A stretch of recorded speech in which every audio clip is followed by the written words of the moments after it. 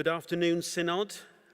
So now we are resuming our session, and we come to items 7 to 14, the Archbishop's Council's budget. And for this, you'll need GS 2181. In a few moments, I'm going to ask John Spence, the chair of the Finance Committee of Archbishop's Council, to present this item.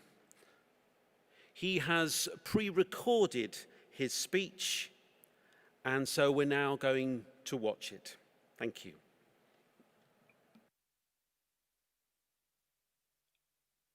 Well, good afternoon, everybody. And how strange it feels to be meeting with you in this way, rather than up on the stage in York, where David White will have been giving me lessons on how to get on and off the stage without falling over. And what a long time ago July 19 seems. I gave my budget presentation to the General Synod at that time with much confidence. Yes, there were storm clouds, but we felt good about the prospects looking ahead, fueled by the generous settlement from the church commissioners, which I'll come back to. And so at that meeting, I was able to recommend a flat apportionment for 2020, pointing to the fact that while we were facing more costs through cost of living and safeguarding and so on, these had been met by the generosity of our partners like the church commissioners, the Corporation of Church House, the All Churches Trust. And that generous settlement, who will forget Loretta Mingulay with her apple cores, lemons and tape measures? The church commissioners had found a methodology by which they could be particularly generous for the 2020 to 22 triennium and hope to be able to do so in future. We were able on the back of that to not only continue our low income funding and our SDF funding, strategic development funding, but to create a new strategic ministry fund aimed at enabling the additional numbers of ordinands coming through to curacies to be funded with levels of support from dioceses according to their financial position. We were able to create a transformation fund for dioceses for those who were totally wanting to transform their model to the needs of the next 20, 30 years. And very importantly, we're able to launch our Social Impact Investment Fund, a work in which continues to progress. Now, these sums may seem very large to you, but I'd only point out that they have to be put in the context of a Church of England economy amounting to £1.4 billion. And that if a diocese does want to go through a complete strategic transformation, it's unlikely to be able to do so for less than 5 million. Well, all seemed well until along came COVID-19 and erupted on us like a volcano, having a major impact. Immediately, emergency actions were put into place. The commissioners agreed to allowing forbearance and stipend funds for dioceses, and created other measures to improve the cash flows of dioceses and cathedrals alike. We came together between the House of Bishops, the Church Commissioners and the Archbishop's Council in something we now call the Coordinating Group, and decided to change those allocations, creating a new £35 million Diocesan Sustainability Fund by taking funds off the other funds, taking money away from them to create that space. Since then, we've been tracking very carefully what's happening, and we've seen parish share at national level hold up commendably well. The immediate reaction was to see a drop in the income back in Q2 of greater levels as people were understandably very cautious. You can see now the pattern at national level, but I would point to two things. Firstly, the impact is bound to get greater as the time of COVID restrictions increases, as reserves are used up and as other resources become exhausted. And secondly, we've seen an enormous range between dioceses. And I do thank all of those who have worked so hard to minimise the impact at parish, deanery and diocesan level. Surely there are more things that we can learn from those who have done well.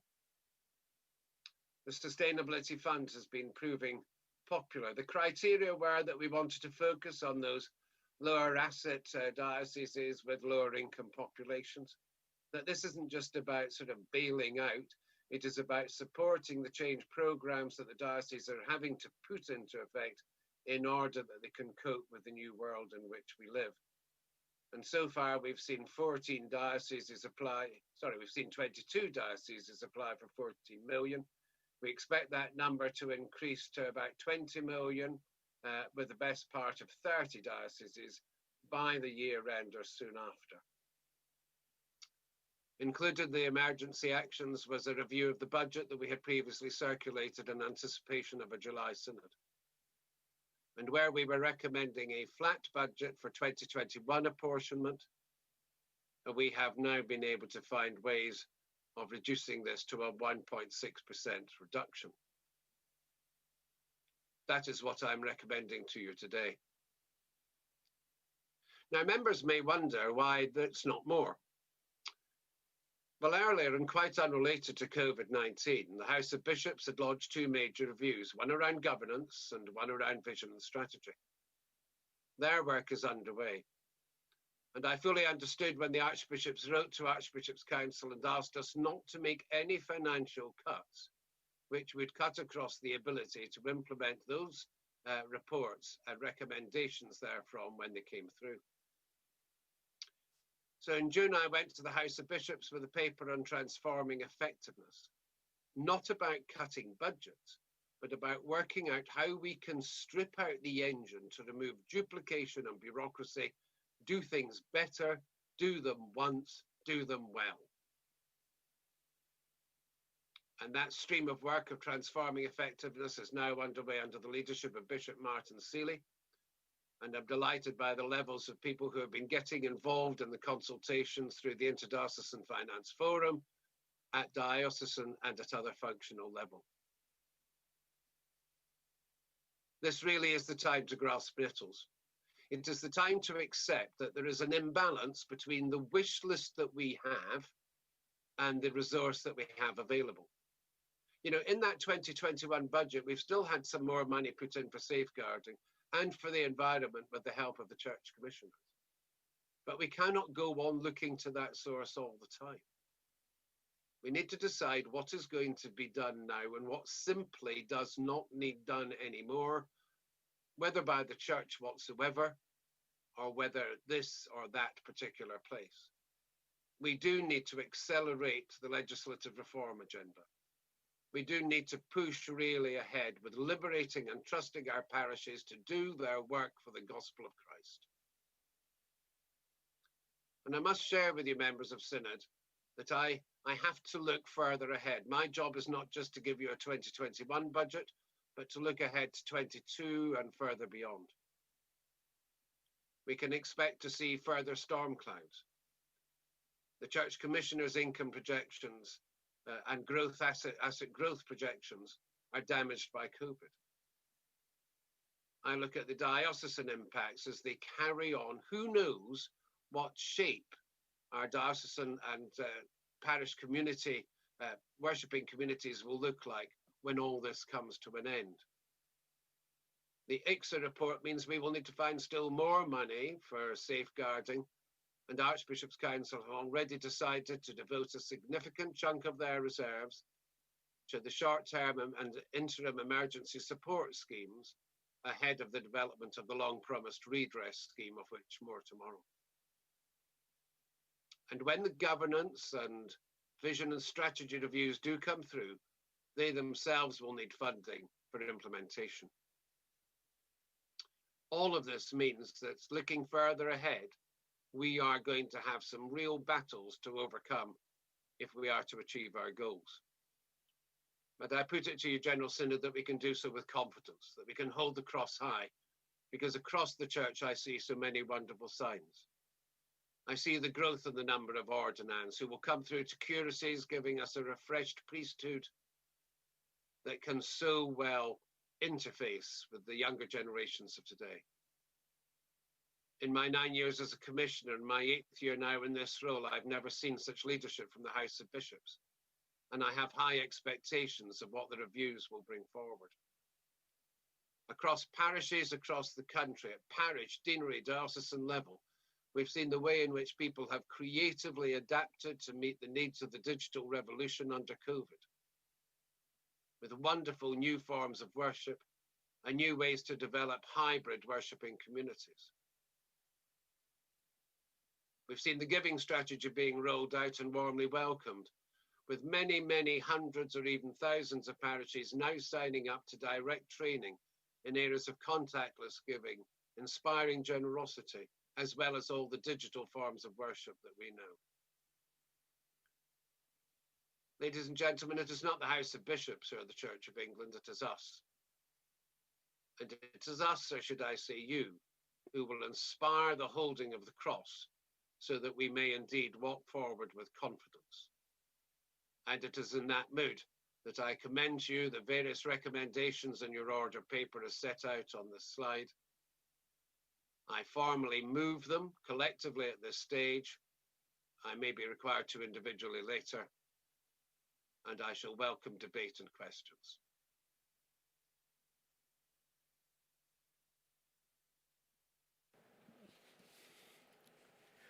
Thank you very much, John, who has moved item 7 to take note of this report.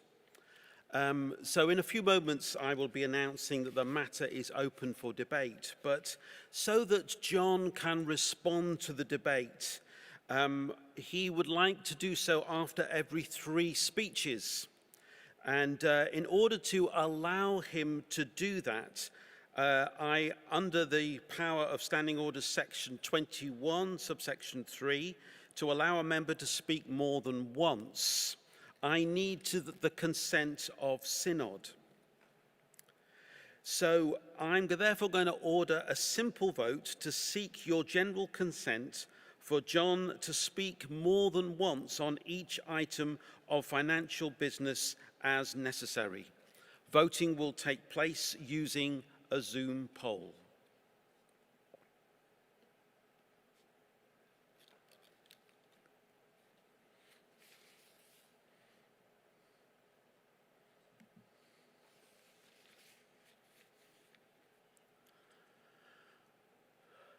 Point of order, John Wilson.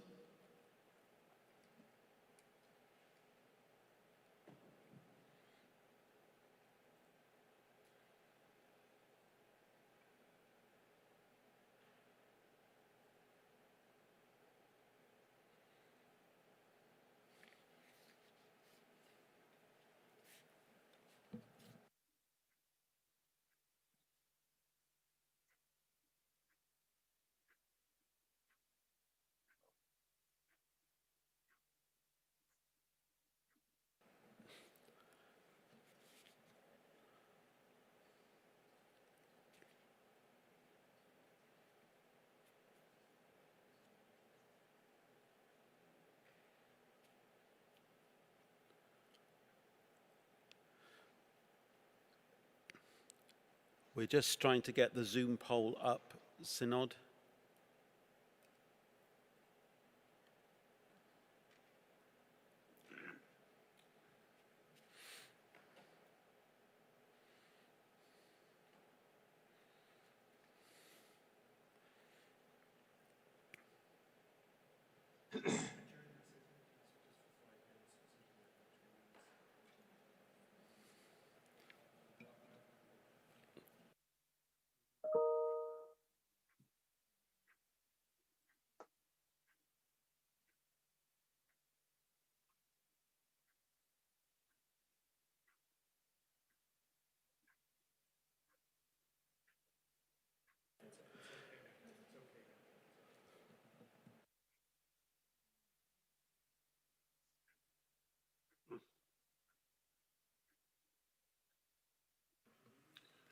The voting period is now open and will end in 1 minute.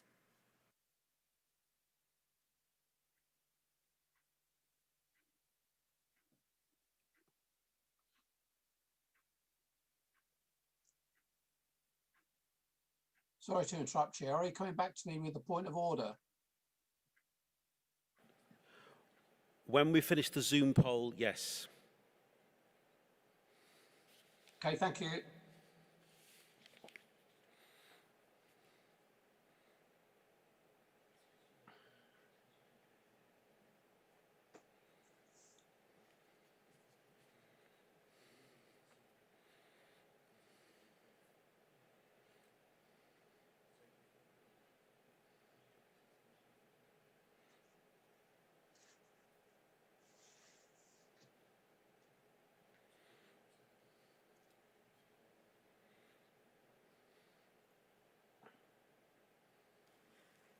The voting period has now ended.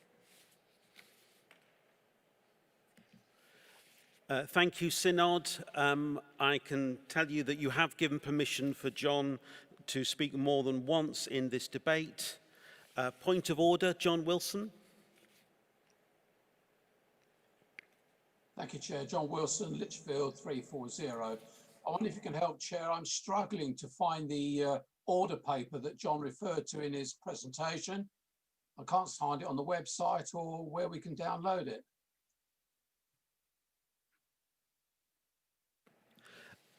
John, I'm informed it's been emailed to members, it's on the app, and it should be on the website. So I'm sorry you're having trouble getting it. So the matter is now open for debate.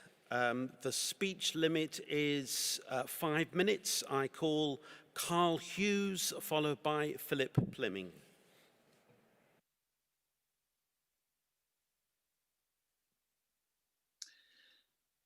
Carl Hughes, Southwark, 413. Chairman, thank you for calling me, and I'm speaking in this debate in my capacity as the Deputy Chairman of the Finance Committee, and I'd really like to build on a number of the points that Canon Spence has made. Synod, as always, I read the Synod questions paper with great interest when it's published. But last week, I was both surprised and disappointed to note the general absence of questions relating to finance and church growth, whilst the focus on what I might call issues of special interest abounded. Whilst these are all important, may I encourage you to focus just for a few minutes on a slightly bigger picture. The Church of England is under significant financial stress.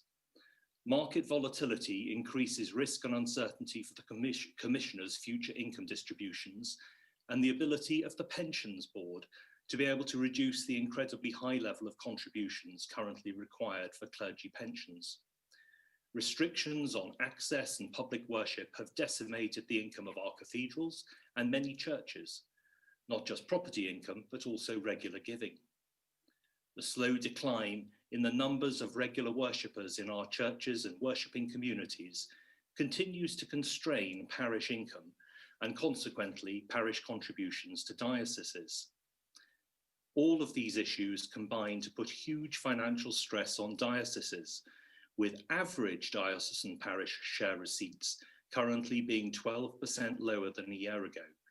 And the expectation is for greater financial stress in 2021. However, the big picture is actually about growth. Financial issues are merely a consequence. Our financial challenges would rapidly diminish if we set and achieved a 10-year goal of, say, 3 million of our fellow countrymen being brought by the grace of God to the point where they can use the words from our service of Holy Baptism. I repent of my sins. I turn to Christ. I submit to Christ.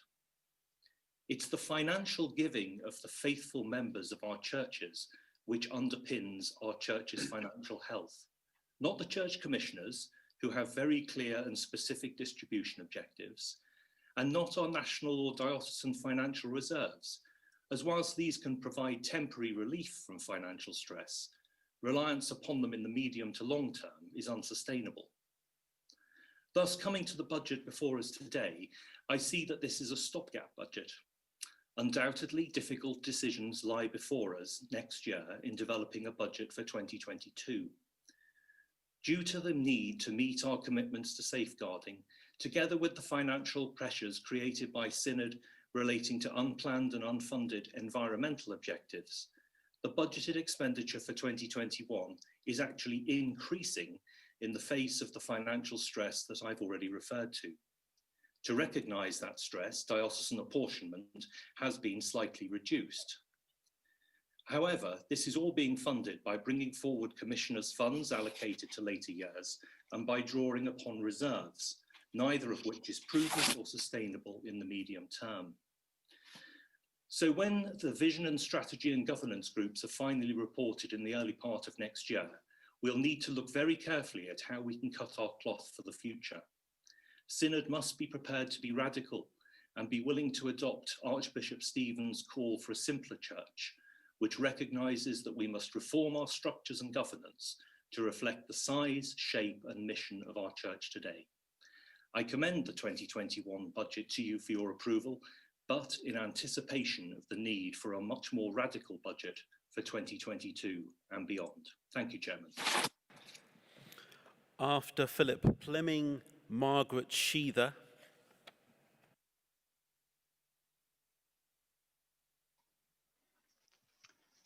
Philip Plemming, 453, Universities and TEIs. Greetings from Durham, and I want to make 3 brief points, if I may. First, I want to say thank you to the General Synod and through it to the dioceses and parishes and church commissioners for your continued investment in the training of future leaders in the church's mission. £18 million is a very significant amount of money, but it supports a diverse pool of 1,400 called, gifted and energised ordinands across the breadth of our church and our land. Canon Spence has spoken of a refreshed priesthood, better able to reach younger people across our country. And I, for one, am certainly encouraged as I see many young ordinands with many years still to serve, offering themselves and being given a deep missional and theological training. It's tempting at times of significant financial challenge, as Carl Hughes has reminded us, to cut investment in training and development. Synod's continuing commitment to invest in tomorrow's leaders and ministers is to be welcomed. And as a TEI principal, I do so. Second, I want to reassure the Synod that the TEI sector has been one of the parts of the church that has responded quickly and imaginatively to the pandemic restrictions. There was not the time to report on this at our informal meeting in July, but Synod members will be aware, I'm sure, of TEIs of every hue that have embraced online learning and formation, enabling courses to be continued and training to flourish, enabling training in digital evangelism and mission to happen at the same time. Some of us in this new term have been doing blended online and on-site formation. Others are continuing online only. All of us are ensuring that ordinands continue to receive the best learning opportunities possible. And third, I want to say that as a TEI sector, we recognise the need for ongoing change in how we serve the church in the formation of ministers to lead and serve the mission God has called us to. We heard in our debate on the vision this morning of the need to bring the best theological resources into the hands of lay people as well as ordained, and to support a culture of lifelong learning across the church. We welcome that. As we heard from Archbishop Stephen yesterday, these next few years will be a time of great change and great challenge, but a joy and an adventure. Part of the adventure, if I can put it like that, will be a review of the funding of theological training that is currently taking place. Across the TEI sector, we are engaging with that review wholeheartedly, but I know we'll want to do that as a synod as well.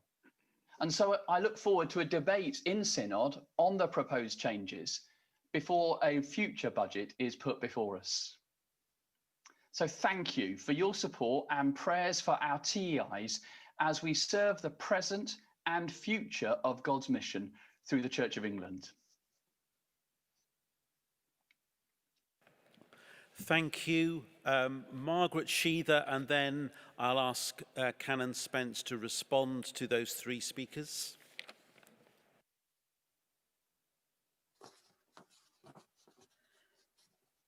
Margaret Sheether, Gloucester 315.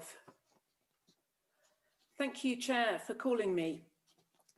In the context of such major financial issues, including the very heavy pressures that Carl was talking about just now, The point I want to make may seem rather a detailed one, but it is one I think that is at the heart of the most local mission and evangelism that can support church renewal. I'm looking for some further clarification about the reference in paragraph 22 to the future resourcing of several key elements of the evangelism and discipleship operations, where it states the remainder of the increase reflects additional planned expenditure on fresh expressions and sports ministry, partially offset by a reduction in the life events programme budget. It may not be intentional, but this could be read as a reduction in one activity in order to develop the other two further. If this were the case, it would seem strange to position them against each other, as all three activities are really about reaching into the community and about conversations based in daily life, but potentially leading to connection and to faith. They can also overlap, of course, with those met through sports, for example, having children or wanting to marry, and everyone will certainly encounter death and grief at some point. In 2019, I understand it's estimated that around 14 million people saw something of the church at work by attending a service related to a life event. A further 1 million in-depth conversations probably will have taken place with those who were at the heart of each event. Encountering the church at these times can forge a link for support or open people's eyes to new possibilities for reflection. It has been very good to see the development of the Life Events programme, supporting strong and effective ministry in the occasional offices. So it would be helpful to know more of the thinking behind this budget decision, what the expected impact of reduced spending on the Life Events programme is likely to be, and why this is thought to be okay. I hope to receive some assurance that all these evangelistic activities are equally valued. Thank you. Canon Spence to respond to those three speakers. Well, good afternoon, and can I thank Synod for your forbearance in allowing me to speak more than once.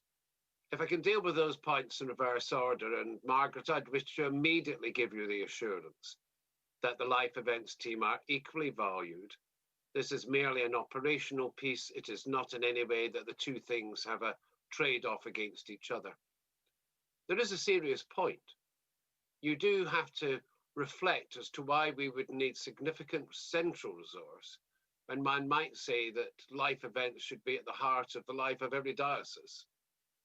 And I do understand we can give central support. But I am mindful that a few years ago, when that central funding was reduced, we immediately saw a significant reduction in the number of marriages. I just believe we've got to work all the time to create the sustainability of the church at local level, with subsidiarity meaning that the most powerful contribution comes in the local community, the centre being subsidiary to those who touch our parishioners directly. To Philip, I thank you very much for your affirmation. And I've been delighted to see the cooperation going on and the collaboration between the Ministry Council and the TEI sector, the readiness of the TEI sector to embrace significant change. And I look forward to the debate you mentioned, Philip, subject to the Business Committee's agreement, where I hope we'll bring out truly the new TEI sector's ambitions to reach out. We have a lay ministry strategy for the first time that is worthy of the phrase, and seeing the TEIs embrace both the ordained and the lay sectors will be terrific. And can I just say, Chair, what a joy, Philip, when you talk about 1,400 ordinands. It'll be 1,399 next year, to be precise. Compare that to about 1,150 just 4 years ago. And needless to say, I agree with Carl on his points. It would be odd if my deputy chairman and I didn't talk with a single voice. It does give me the opportunity to say thank you to the Finance Committee for all your support. I just say this one point. Carl gave us a figure of 3 million people, just 5% of the population. Actually, in the shorter term, 1.5 million would give you the financial transformation and the platform to then reach out to truly be the church for all the people of England. Thank you very much, Canon Spence. So I call Sue Slater, followed by Robin Lunn.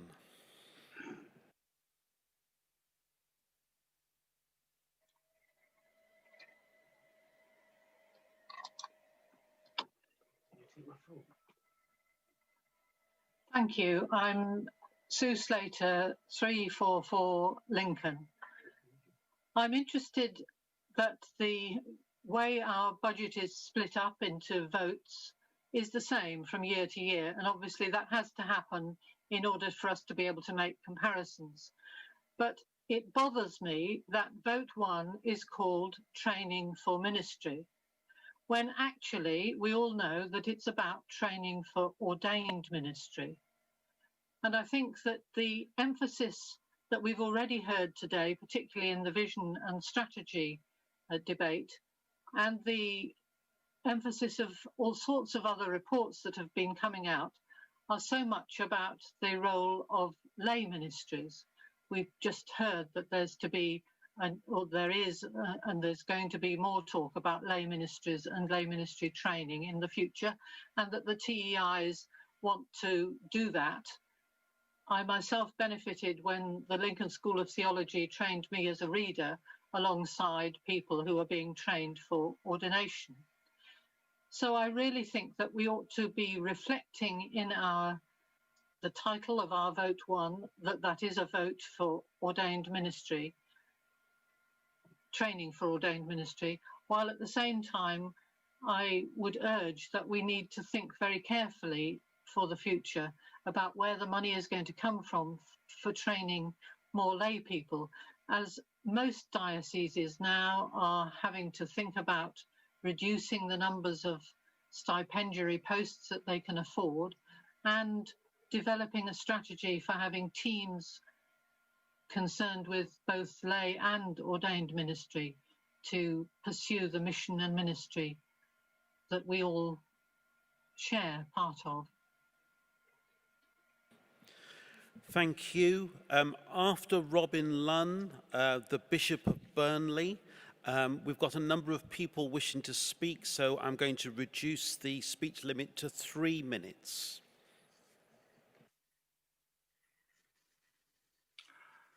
Robin Lunn, Worcester, 433.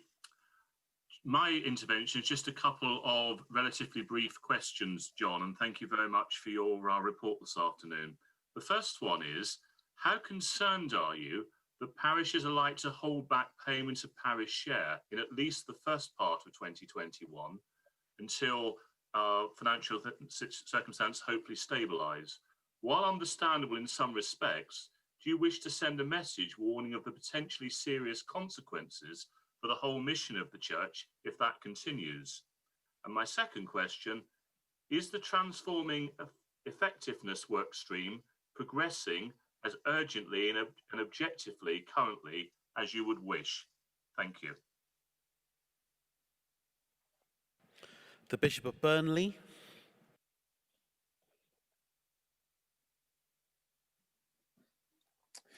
Philip North 50 and Northern Suffragans. This is, again, not a speech, more an extended question. We have a government that is about to break its promises to the poor. I mean, they're going to cut the overseas aid budget from 0.7% of GDP to 0.5%. We criticised that yesterday in Synod. Archbishop Justin has been courageously outspoken in doing the same.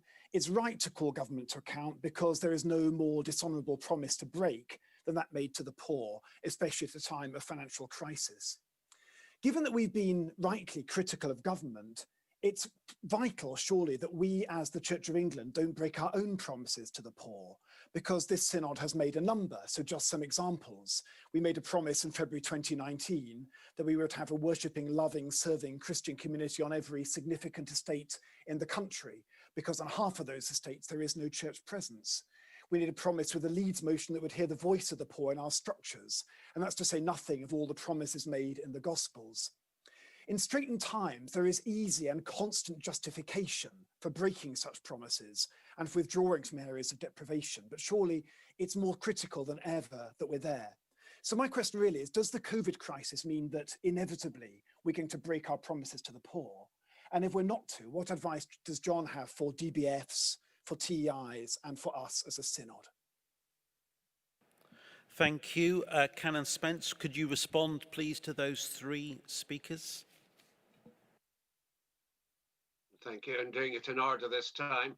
So it is absolutely true that Vote 1 is headed up training for ministry, and that at the moment is only ordained ministry. I would share your hope that with a lay ministry strategy now in place, we might decide whether in future there is a central need for funding for the training of lay ministry. That should be under consideration. And that's the only reason I would actually stop from accepting your suggestion of a change of title.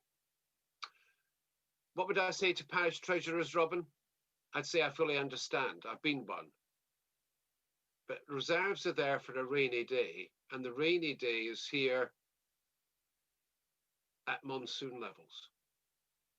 And yes, indeed, if you understandably decide to hold back reserves, and let's remember that reserves have been increasing while income has been static. If you hold back reserves, you may cause lasting damage to the very institutions that you wish to continue. So please, we are one church, we're a whole church. And while we at the centre who have jobs at the centre are there to support the 16,000 parishes, let us always remember that we are the whole body of Christ. Transforming excellence is proceeding with pace, Robin. I'm content about that. Objectivity, I hope, and I say this to all people involved in the debate and in the work stream who are on this call today. We do need objectivity, we need realism, and we need radicalism. And none of us can afford to be defensive when it comes to thinking through how do we get things done brilliantly, first time, every time. And to Philip, the work you've done in estates evangelism is well understood and so very highly and rightly respected. I'm not aware that we have turned away any application for estates finance. If I look across, in addition to the low-income communities funding stream, SDF, Strategic Development Funding, is deliberately targeted at areas of deprivation and low income as one of the key criteria. The work we're doing around other aspects of ministerial and strategic transformation at diocesan level is similarly primed to give greater support to those serving the areas of low income. So, Philip, I don't think we are about to break our promises to those. I'm not one who can talk about the voice of the poor being at the table, but financially, I am satisfied that we are rightly determining, as I was right at the start of this process of renewal and reform, Adrian Newman tackled me very hard. Is the right church the one which is flourishing in the green and bushy byways of suburban England? Or is it the church that holds the cross in the areas of greatest deprivation and challenge? And I am satisfied in my mind that the evidence points to the fact that we are doing that well. Thank you very much. I call Peter Breckvolt, followed by Charles Reed.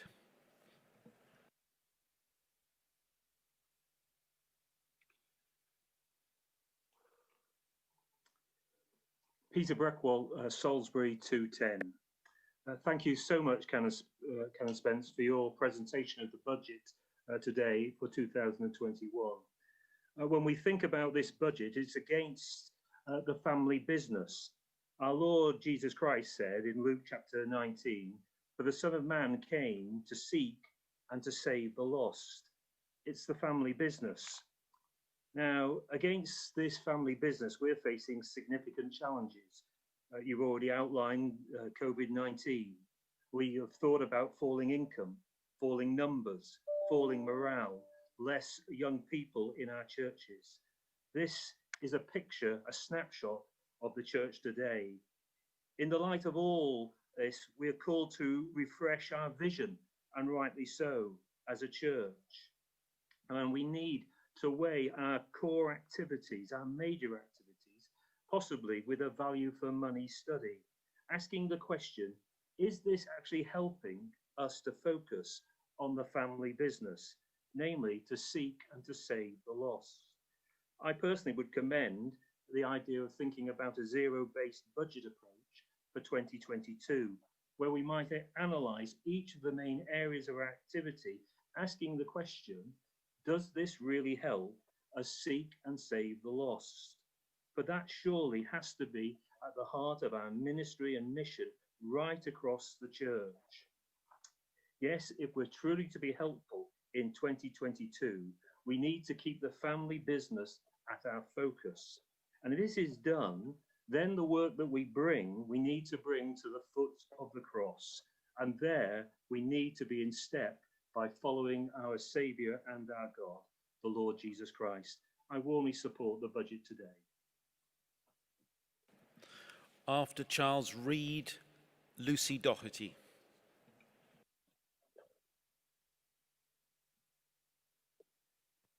Thank you. Charles Reid, 181 Norwich.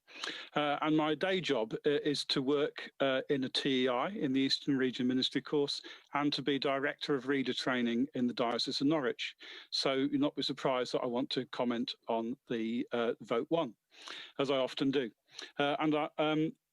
I want to support Sue Slater's, what Sue Slater said about training ordinands and readers alongside each other, which we've been doing in Norwich and the RMC for quite a long time, along with the Diocese of Ely and the Diocese of St Albans. I commend that as a good way of starting out licensed ministry, and that could easily be expanded to other forms of lay ministry. And that leads me to three things I want to say, if I can get them all in my time.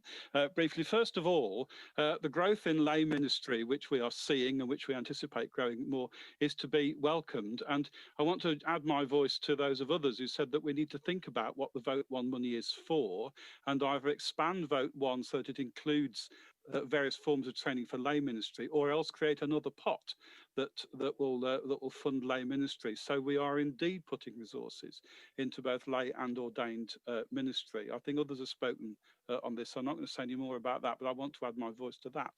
Secondly, we need to make sure that we can still fund the correct and appropriate ordination training pathways for each candidate, and not be tempted to just put people on what appear to be a cheap option, but are not. Now, I speak as somebody who teaches in a regional course where many of our students, but not all, are studying part-time, and we're often thought to be cheaper than sending somebody to a full-time residential college like Cranmer Hall, where Philip Plimming is the warden and where I used to teach.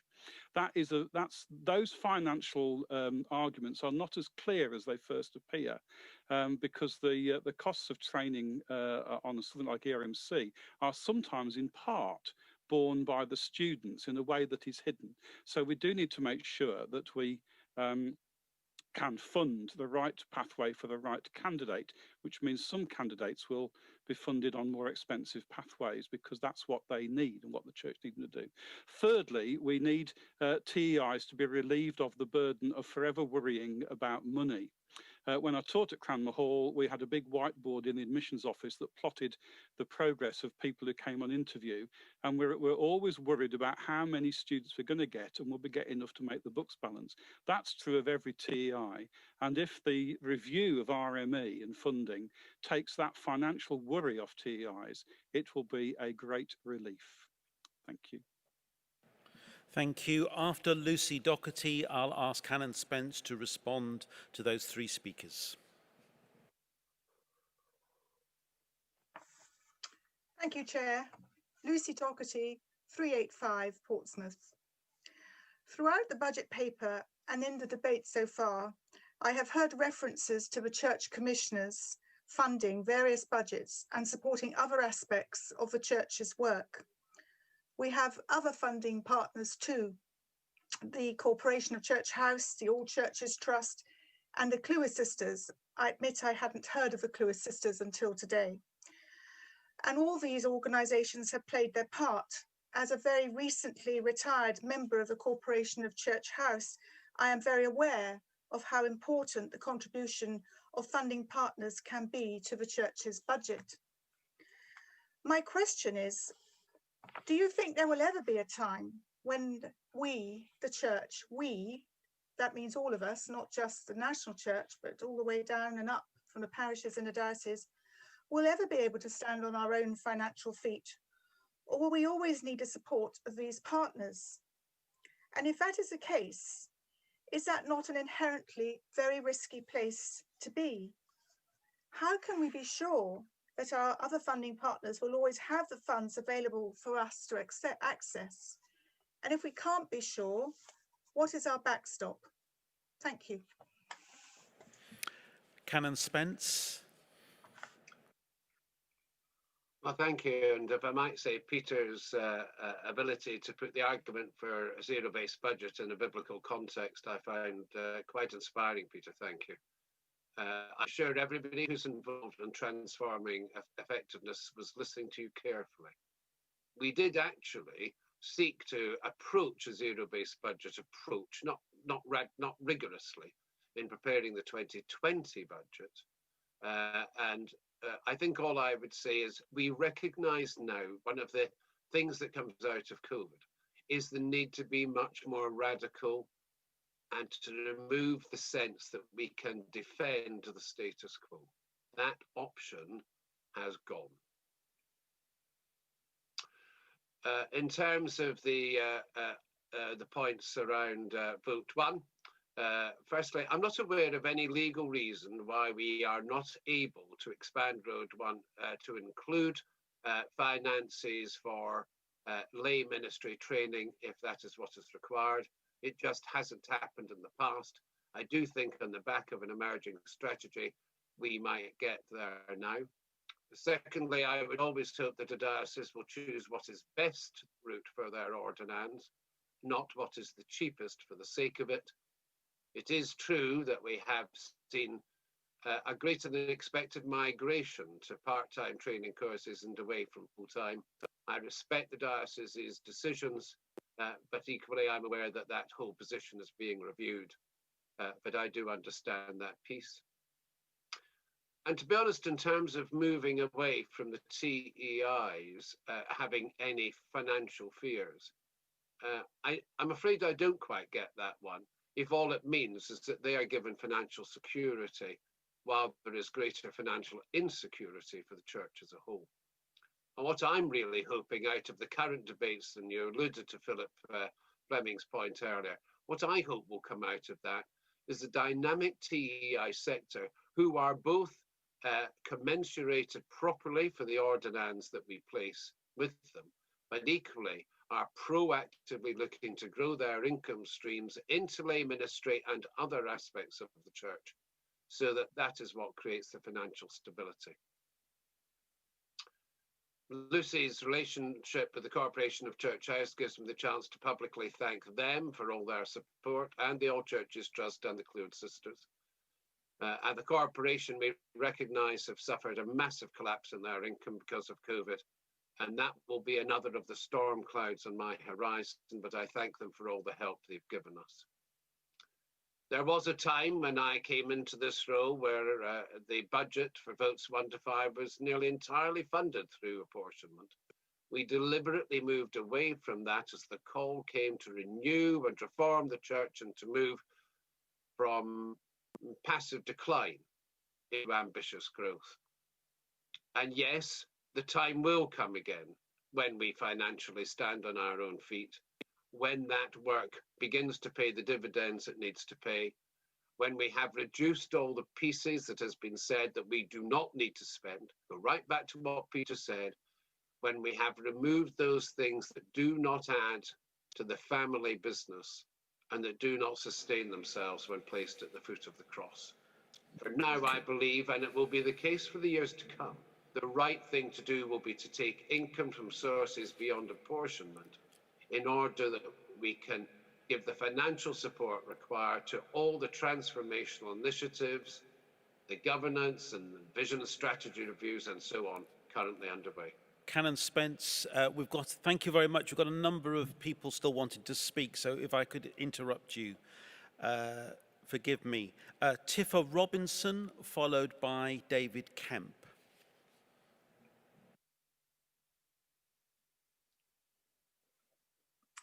Thank you. Since the change from the Darlow formula to SDF and lower income funding, we've seen some great new growth projects and better targeting of financial support for churches in more deprived areas. There was the hope when Synod passed this change that dioceses that lost the Darlow funding would be able to make up the shortfall themselves. Despite every effort, this has not proven to be the case, with significant cuts to stipendiary posts across many dioceses already planned before COVID hit. Many have observed the proliferation of half-time and house for duty posts being advertised, which really do look like full-time roles. There's a concern that the increased numbers of ordinands and curates in training will not be able to, there will not be enough full-time stipendiary posts for them, and in fact some will be taking half-time posts simply out of necessity. Clergy reductions lead to church decline and church closures, sadly, which then need to be cared for, the buildings, by already strapped dioceses and trusts. Has the time come to reluctantly admit that without historic reserves, many parishes and dioceses are simply not able to afford even a modest level of ministry, and that some central funds are needed to be directed back to subsidise existing parish ministry, as they used to do? I know this sounds far from radical, and we can't go back to the problematic system of Darlow with all of its inequalities and issues. But surely we can find some way to ensure that a modest level of ministry is still possible in dioceses without historic reserves, and ensuring that we are still prioritising parish ministry for the poorest. Thank you. After David Kemp, Enid Barron.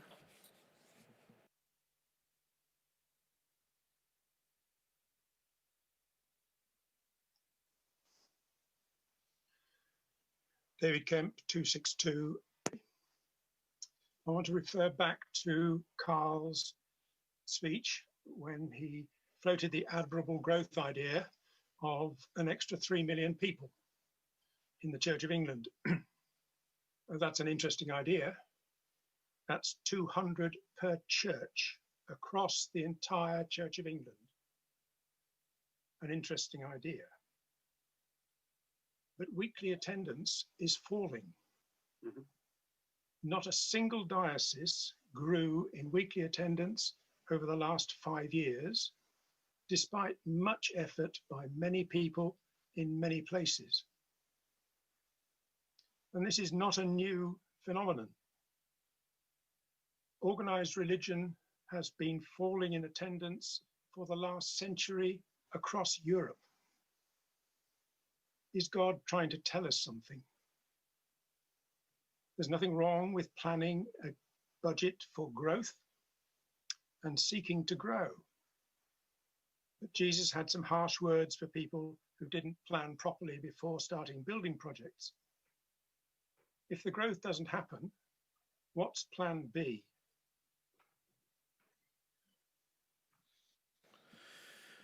Enid Barron, and then I'll ask Canon Spence to respond to those three.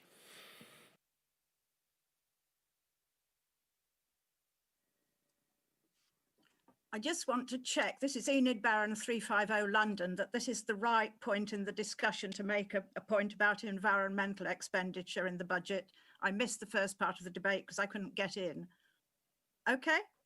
Mm-hmm. I really want to warmly welcome the extra expenditure on the environment. Canon Spence has had the painful experience of me nagging him about the environment in the past, and I'm really grateful to see this additional expenditure.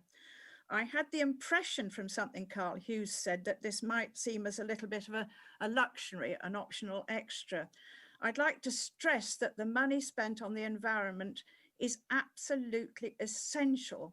It really chimes in with the Archbishop's vision and strategy. It chimes in with us being a prophetic church. and it chimes in with us being a church which appeals to the young. The environmental work completely underpins all the other marks of mission. It's absolutely intrinsic and essential. And with even a small extra expenditure, which we had last year, we've seen a huge amount of work come out of that. So I do commend this and suggest that it would be lovely if this is kept as a high priority in the future. We've been reminded by various people, and we know that the climate change is the biggest challenge, apart from the whole breakdown in ecosystems, facing the planet. If we don't take our environmental responsibilities seriously, there won't be a church left to grow. So thank you so much, Canon Spence and colleagues, and please do keep this as a high priority. Thank you, Canon Spence. Thank you, and I think you're coaching me to keep my replies short, which I'm very happy to do. And Tim and David, you gave me challenges, very legitimate challenges in the same broad area. Tim, sadly, I'd have to say that the economies to which you refer are not just being seen in those dioceses that receive Darlow money, it's being seen across the church. And it brings me back to David's challenge as to what's our plan B. I find our plan B to be a plan of despair, a plan D, because what is the alternative? The alternative is that we quietly retrench and become an ever shrinking pool of people who are only dealing with themselves, shrinking in number and growing in age. I look at what we've done in the last 5 years in strategic development funding, and I see some amazingly exciting initiatives achieving large numbers of new worshippers in the most unlikely communities. And I must say, Chair, I think one of the things we need to do is a proper webinar to truly educate Synod members on this. So the plan B for me is a plan D, a plan of despair. We have got to keep going. And of course, Tim, we should consider every possible option that if there was a reason to bring back some such element, I would never rule it out. I've just argued objectivity and radicalism, so I will not avoid anything. I tend to find focused, purposeful spend to be more impactful than general subsidy. Enid, I've been nagged by more persistent naggers than you, Enid. You have always been very polite and very focused.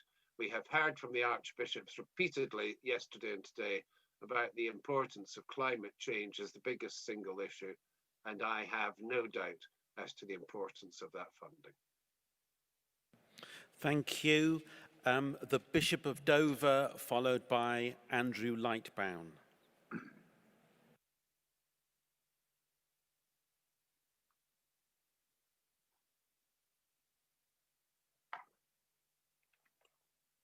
Thank you very much for calling me. What's my number? I can't think what my number is. I think you can see it on screen.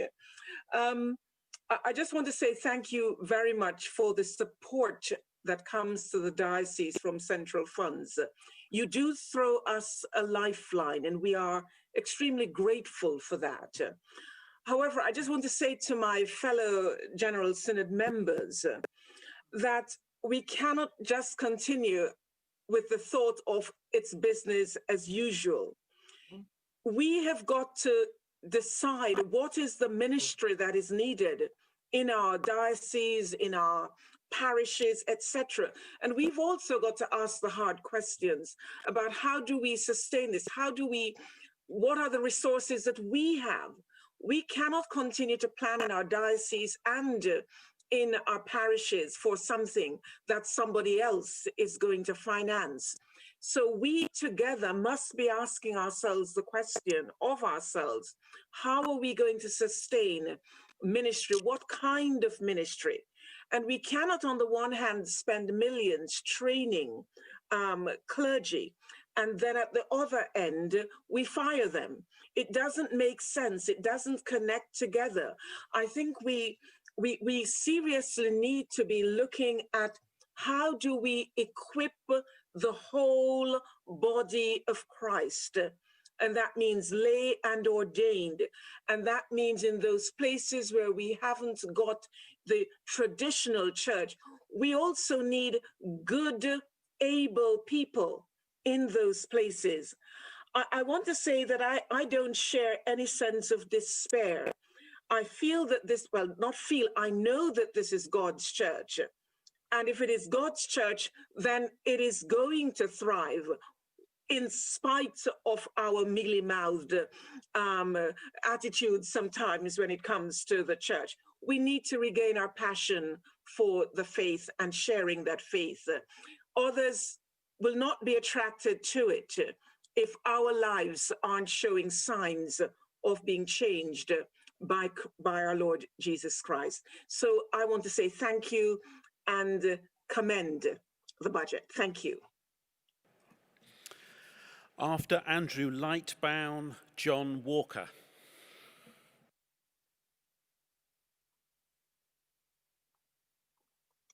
Thank you, John, and thank you, Chair, for calling me. Andrew Lightbound, 185 Oxford. Of course, we should invest in the future of the church and pray for and hope for the growth of the church in number and in holiness, in outreach to those on the margins as well. And there are no easy answers to how we do this. It is inherently complicated and difficult, but I will be with pleasure supporting this budget. But I do have to say that I worry, and I worry profoundly, about the sustainability of churches such as ours. We're a medium to large size church serving a predominantly rural area. We are a small market town. Our giving's gone down. We haven't been able to collect any fees. Our biggest asset, the hall, has become a big liability. Hopefully all of that will change. But what I would also want to say is we need to look at generosity in a more nuanced way. It's not just about giving through the plate or through a direct debit scheme or through the parish share scheme. One of my wardens paid for our quinquennial out of her own pocket. Somebody else did something utterly heroic. After paying share last month, we had 38 pence in the bank.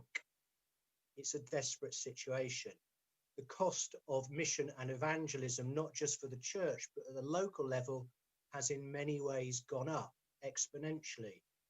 If 10 months ago you had said to me in a small market town of 5,000, we would be running a food bank and that would have served over 60 families on a regular basis, I would have thought you were mad.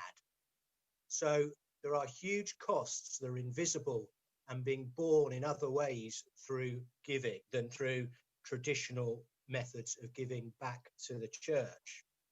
Digital evangelism, setting up the hybrid church, all come with costs, even if it's only people's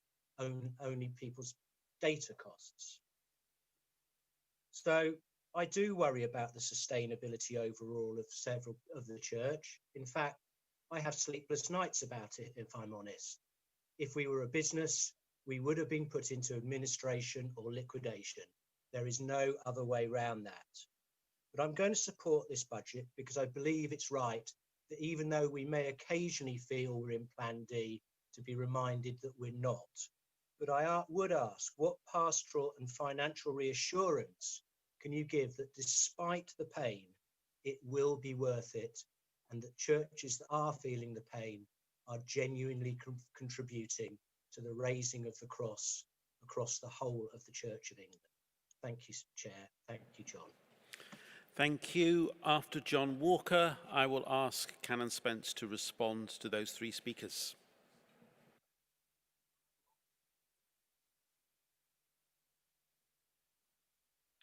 Thank you, Chair. John Walker, 334 Leicestershire.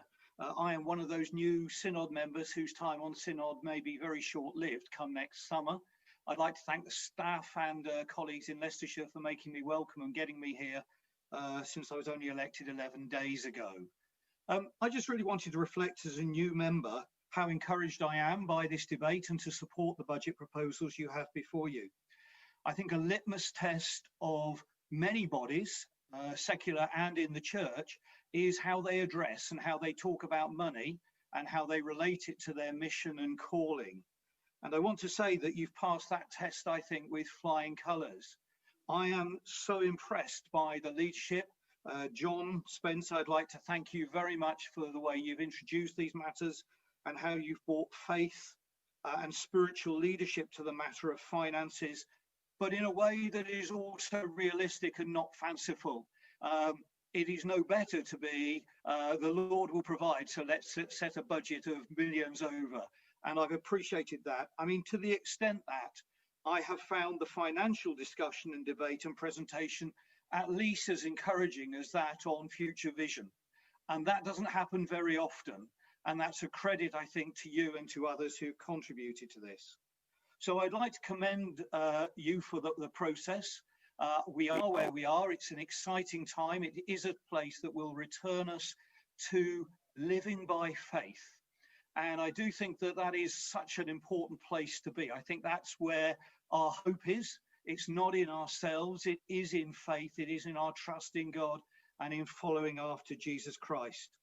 The final serious point I would make is that actually the area where you are, it feels to me, and where it's felt to me by my too many decades in the Church of England, is far too unradical in relation to breaking down not just lay ministry, but also lay leadership.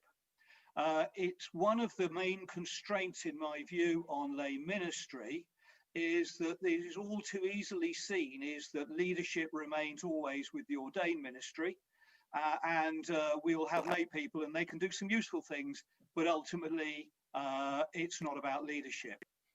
It's always been emphasized to me that actually if you want to see who's leading, see who's being followed. And leadership comes all the way across an organization and rarely just from the people notionally in the positions that have leadership in the title. So one place for radical review is the whole business of lay ministry and leadership. Thank you very much. John, congratulations on your maiden speech. We thought that might be the case, so we're glad that we did that right. Synod, before I ask Canon Spence to respond to those three speakers and possibly the whole debate, I would like to test your mind on a motion for the closure. We do have a number of other items that we need to vote on in this particular order. So I'm going to test your mind on a motion for the closure after Canon Spence has summarised. So this will be by a Zoom poll. Motion for the closure on item 7.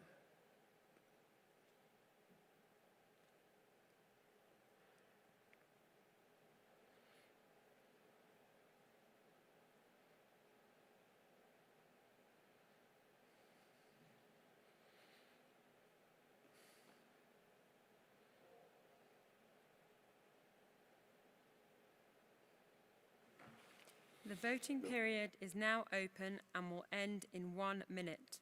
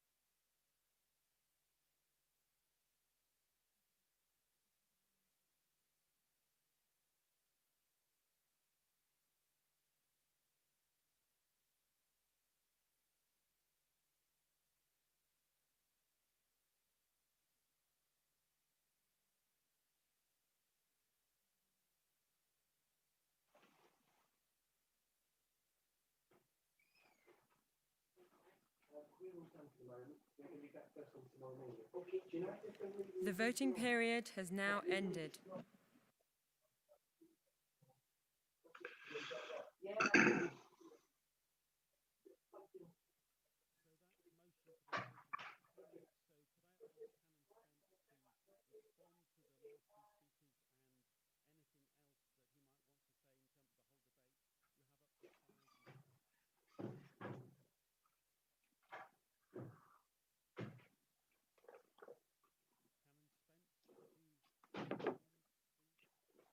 Canon Spence, sorry, could you respond please to those last three speakers and anything else in the debate? You have up to 5 minutes.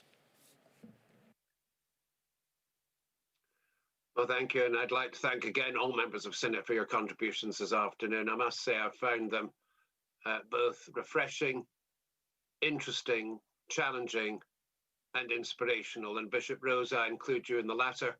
Thank you so much for the words and the call you gave to others along the lines. And to John, what a wonderful maiden speech. And yes, lay leadership absolutely has to be taken on board.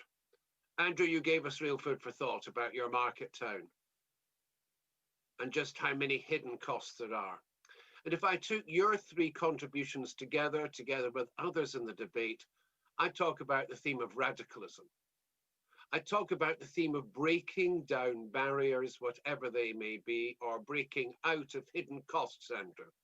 You talked about the hidden costs of training and bringing people on board to digital evangelism.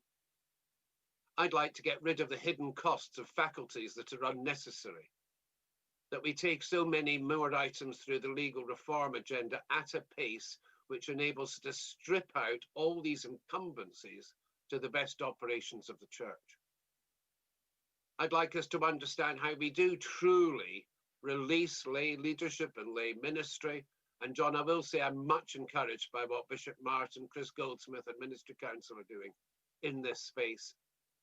We were never called to be a conservative body of Christ. We were called to be a radical body. Andrew has highlighted why now we must grasp the nettles. There is an imperative to do things faster, more urgently, more radically, to preserve the body of Christ. And we all know that the rose which is the healthiest, Bishop Rose, the rose that is the healthiest is that which is pruned most rigorously from time to time. I'm not suggesting anything personal, Bishop. I merely point to that point from my gardening experience. So let us go forward, Synod. Yes, vote for this budget, but give us the clear mandate in so doing that this is, as Carl said at the very start of this debate, one step towards something more rigorous and more radical in order that we can indeed hold the cross of Christ high and bring others to the glory of faith that we so enjoy.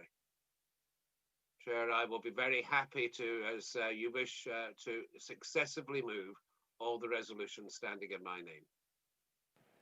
Thank you very much, Canon Spence. So we're now going to move to a vote on item 7.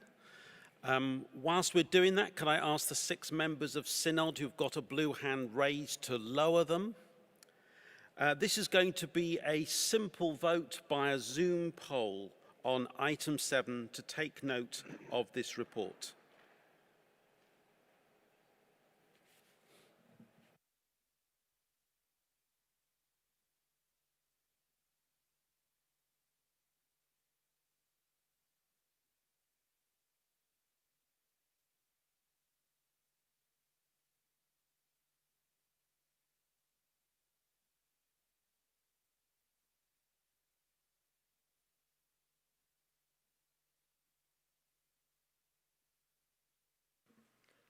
The voting period is now open and will end in 1 minute.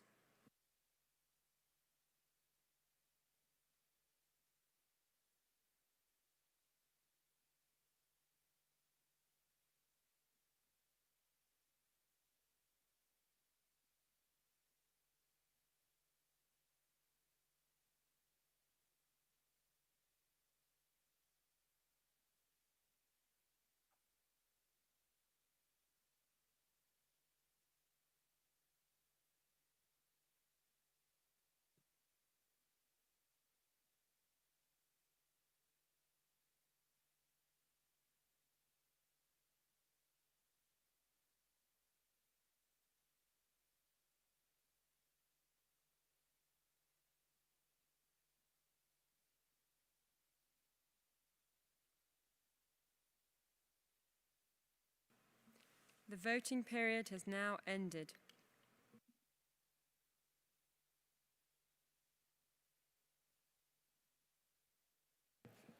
That has been carried. So we now move to the other items on our order paper. First of all, item 8. I think, Canon Spence, I probably need you to move each one. So could you move item 8, please? I so move item 8 on your order paper. Thank you very much. The matter is now open for debate. The speech limit is 2 minutes. I call Tim Hind.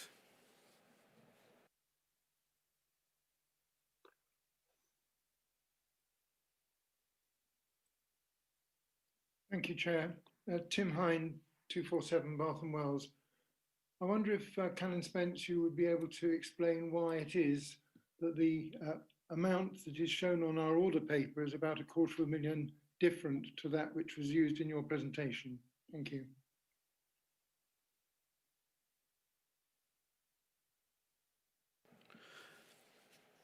That is Canon Spence. That's the only blue hand. So could you respond to that point, please?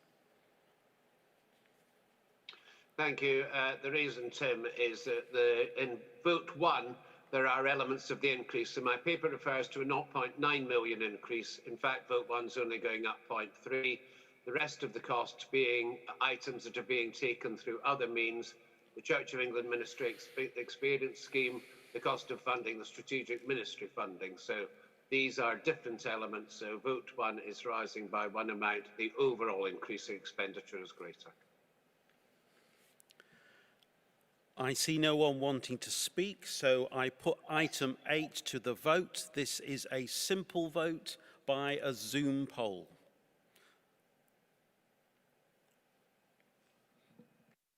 The voting period is now open and will end in 1 minute.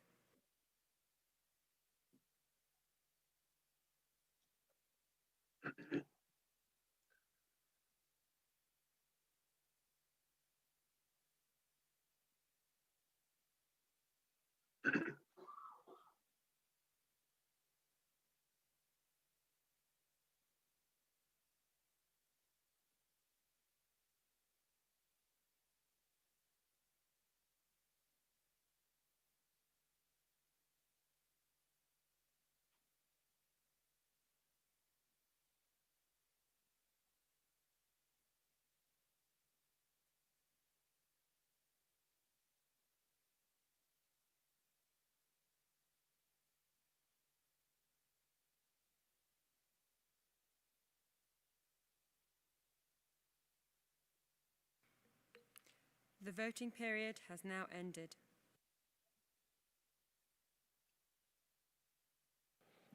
That has been carried.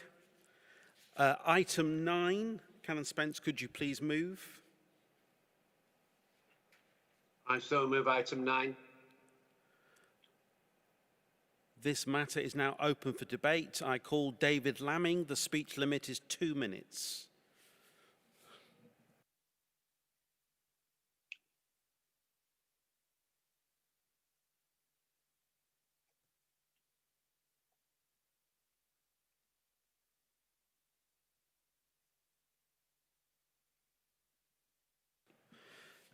David Lamming, you're still on mute.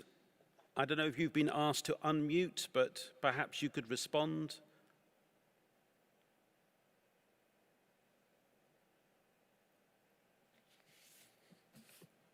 There we are. Carry on, please. Up to 2 minutes, David. Thank you. My apologies, John, and thank you for the clarity of your presentation and for all the work you do behind the scenes on behalf of the Church in relation to finance. My question relates to the first bullet point on page 6, paragraph 22 of the budget paper GS2181 relating to safeguarding. You refer there to the additional 1.2 million expenditure on safeguarding, but it doesn't actually in that paragraph refer to anything relating to redress.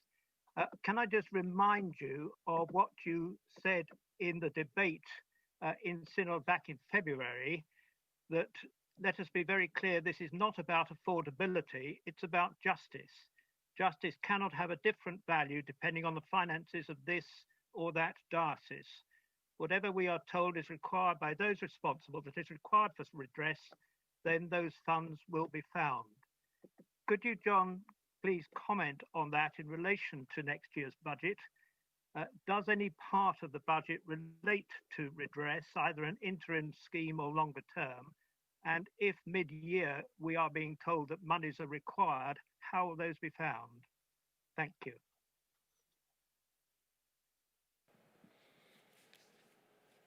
I see no one else wanting to speak, so Canon Spence, could you please respond to David? Thank you, Chair, and thank you, David. I'm very happy to stand by those words I gave in February. Things took a little while as people waited for the ICSA report to come out. In terms of next year's budget, there's a £250,000 item, which is entirely for an emergency interim support scheme created in requested by the Bishop of Huddersfield in July, to which we responded immediately to enable some very immediate support. I have put my name down to speak in the safeguarding debate tomorrow, but can report that the Archbishop's Council have already voted to make a substantial sum available for an ongoing support scheme until the full redress scheme is available, in the recognition that that will take quite some time. So I can assure you, David, that the actions are matching the words.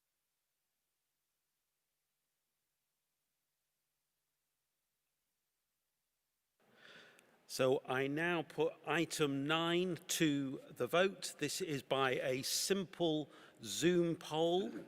Item 9.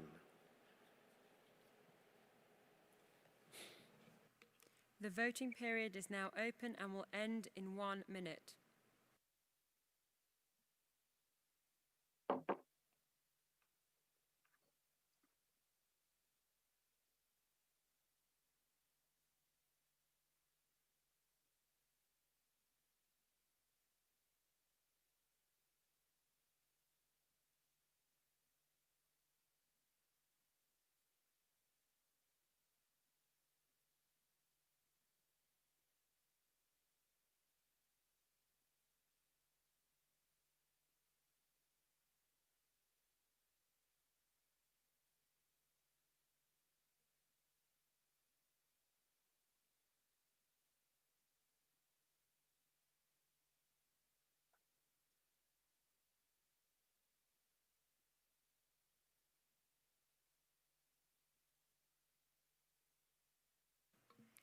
The voting period has now ended.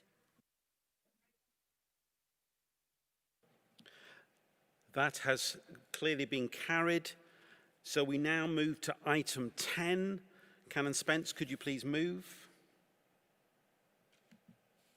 I so move item 10. I see no one wanting to speak, so we can move straight to a vote on item 10. This will be a simple vote via a Zoom poll.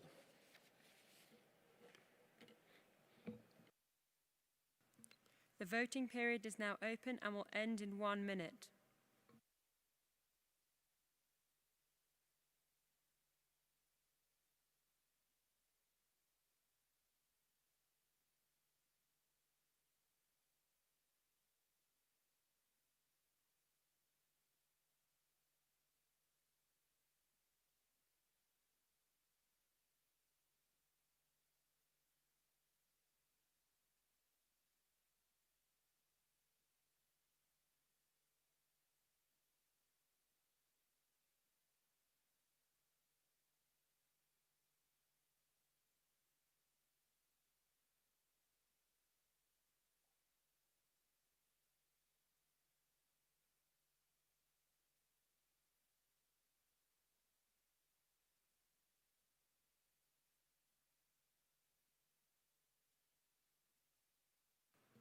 The voting period has now ended. That has been carried. So now we move to item 11. Canon Spence to move, please. I so move item 11. This matter is now open for debate. I call Jenny Humphreys followed by the Bishop of Truro. The speech limit is 2 minutes.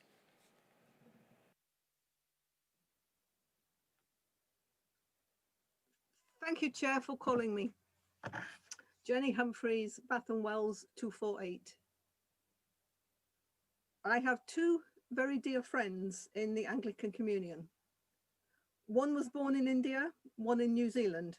Both were ordained in the Church of England and have worked for the Church of England for various mission agencies and dioceses throughout the Anglican Communion, throughout their ministries.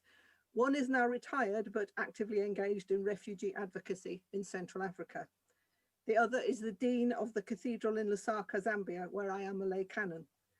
They have both been a huge influence on my Christian journey and that of many other people throughout their ministry, and great examples of Christian discipleship. I certainly would commend that they and all the other people who have similar stories continue to receive their mission agency pension contributions, to which we, through the Archbishop's Council, contribute. Thank you. After the Bishop of Truro, Brian Wilson.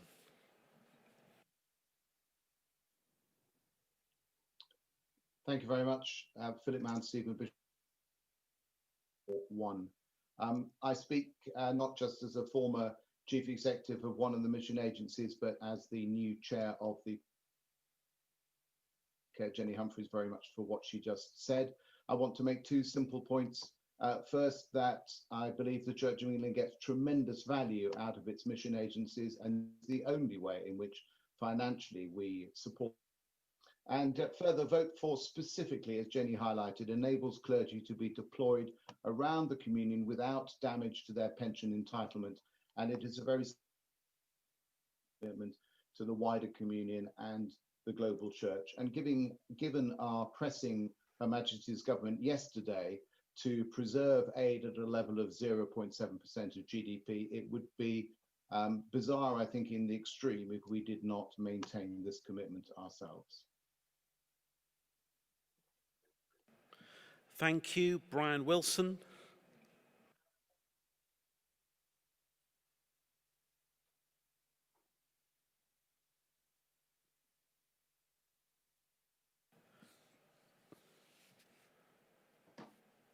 Brian, you're unmuted. Please start speaking. Brian Wilson, Southwark 416. As a member of Crosslinks and as a former member of the Church of England Pensions Board, I want to thank the Church for continuing its generous support of missionary agencies in their work of the presentation of the gospel worldwide, and may it long continue. Thank you. Thank you. There is no one else wanting to speak, so Canon Spence, do you want to respond to the debate on item 11? Very briefly, Jenny, Bishop Philip and Brian, thank you. There were three voices and one message. We thank you for reminding us, firstly, of the global contribution that people make on behalf of the Church. But secondly, that this item, which so often goes without debate and which can appear so minor, actually has a far greater strategic importance than the numbers would suggest. Thank you. So now we move to a vote on item 11. This will be a simple vote and it will be conducted by Zoom poll. The voting period is now open and will end in 1 minute.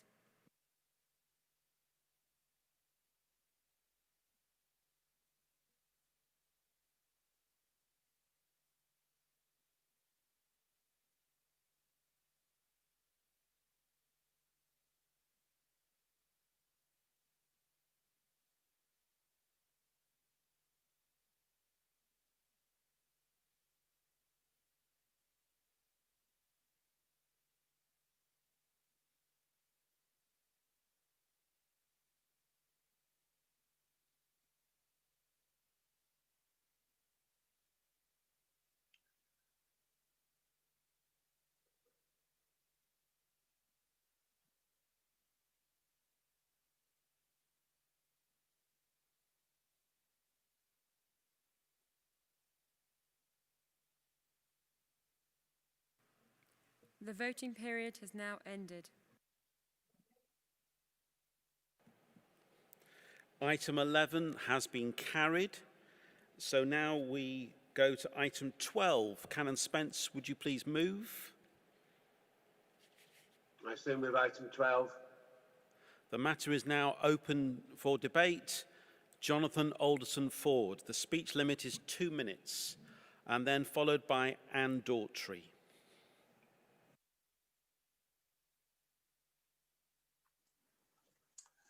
Jonathan Alderson Ford, 207 St Edmundsbury, Ipswich. Once again, I want to thank Mr Spence for the excellent work in sharing out what must be a limited budget across so many vital areas. And I want to thank him specifically for the way regular amounts of money goes into the retirement housing grant, which gives assurance to so many of us who now are going to have to seek rented accommodation in retirement. One thing that causes me concern is some of my friends who have already retired have found that as their partners or themselves become frailer and things like walk-in showers to replace bathrooms are needed or other aisles, the response from the pension or the housing board has been very mixed. Often they ask for grants from the local authority, which depending on where you live are not forthcoming, or they seem to drag their feet until the occupant offers to fund them themselves or part fund them out of the limited savings they have. There does seem to be a climate of inconsistency.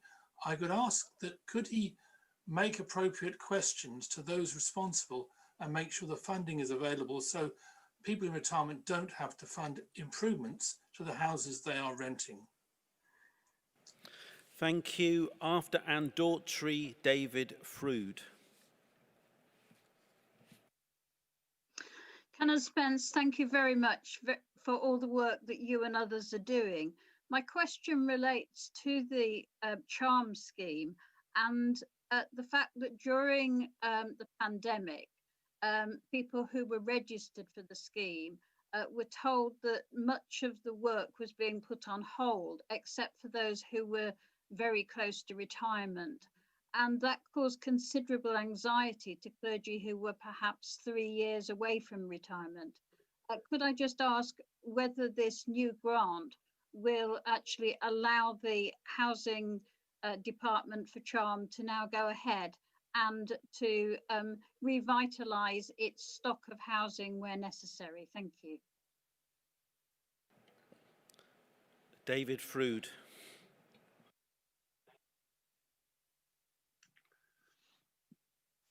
Just a word, David Froud, 259 Bristol.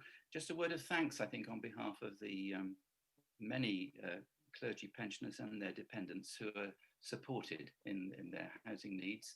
I hear that the two previous speeches giving some comments about how the money should be spent and the concerns that they have. But as I say, as a former pension board trustee, I want to just thank the Archbishop's Council for the support that they give to the pensioners. Thank you. I see no one else wanting to speak, so Canon Spence, would you like to respond to the debate? Yes, thank you. And David, thank you for your final contribution.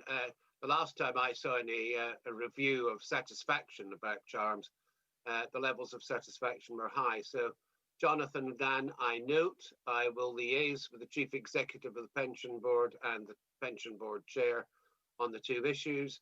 And your issue should purely be related to COVID. There should not be a financial reason for the work not continuing.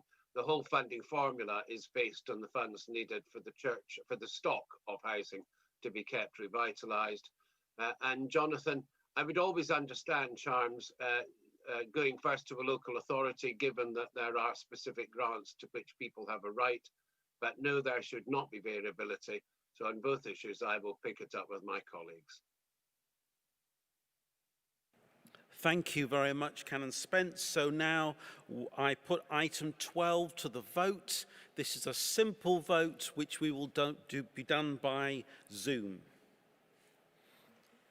The voting period is now open and will end in 1 minute.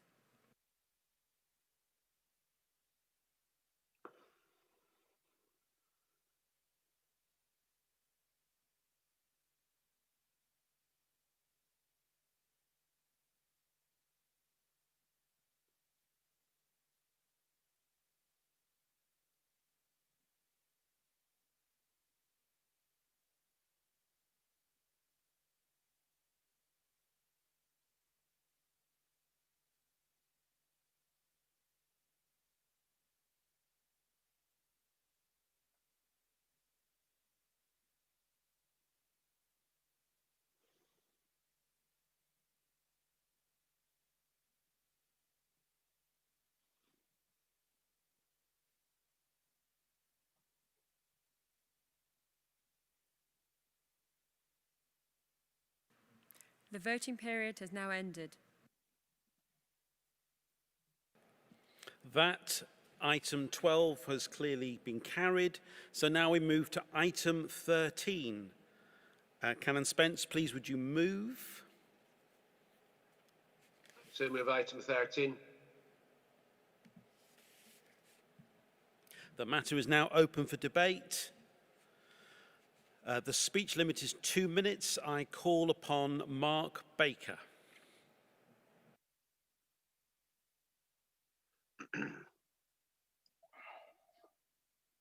Mark Barker, 198 Rochester Diocese. The Archbishop of York spoke earlier in his vision address about living within our means as part of the simpler value he was discussing. Whilst I'm encouraged to see a reduction in the apportionment bill by 1.6%, I'm aware that Rochester Diocese is potentially looking at a 6% reduction in parish shares and giving across the diocese, and that this is a better position than many dioceses. But that means that a 1.6% reduction is actually a percentage increase from dioceses compared to the loss of what the dioceses are receiving.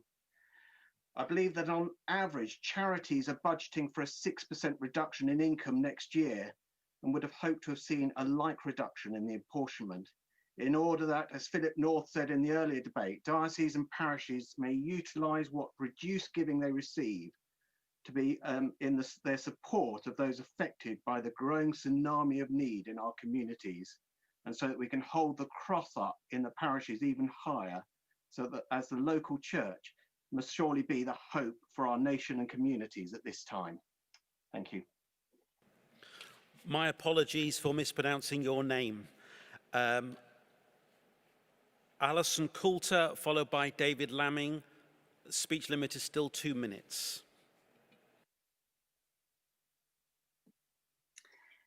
Thank you, Chair. Alison Coulter, Winchester 425. Canon Spence, John, I'd like to ask your advice as a diocesan lay chair and member of our diocesan board of finance. We have been facing, as the previous speaker explained, a significant shortfall in income. Winchester is not a diocese blessed with reserves, and so everything that we have to spend pretty much comes from the parishes. We don't call that share, we call that our common mission fund. That has reduced by somewhere around 25% to a third. So we've had to make significant cuts. We're trying to keep our pie chart looking the same so that we spend about the same centrally on diocesan staff, about the same on parish ministry. It's difficult, therefore, to make the case for giving more to the central church.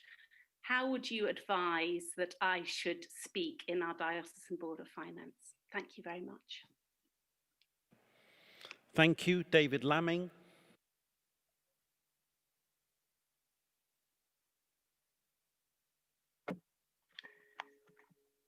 Thank you, Chair. John, I have a question for you relating to the table of apportionment at page 11 of the budget paper.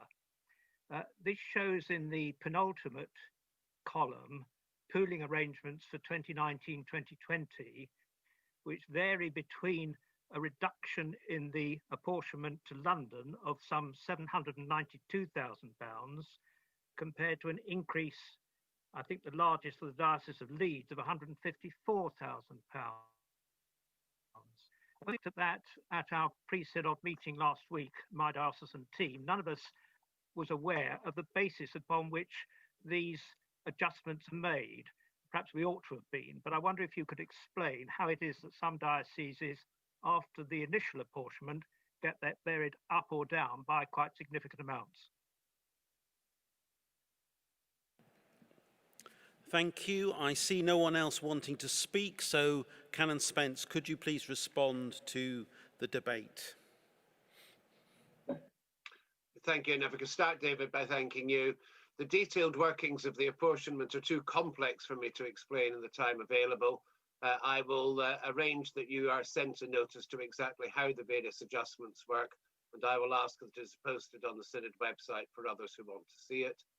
Mark and Alison, your points were both of a similar hue. So firstly, I do not think that a 1.6% reduction is sustainable, Mark. I remind you, firstly, that the budget cycle for us works well in advance of when COVID broke upon us.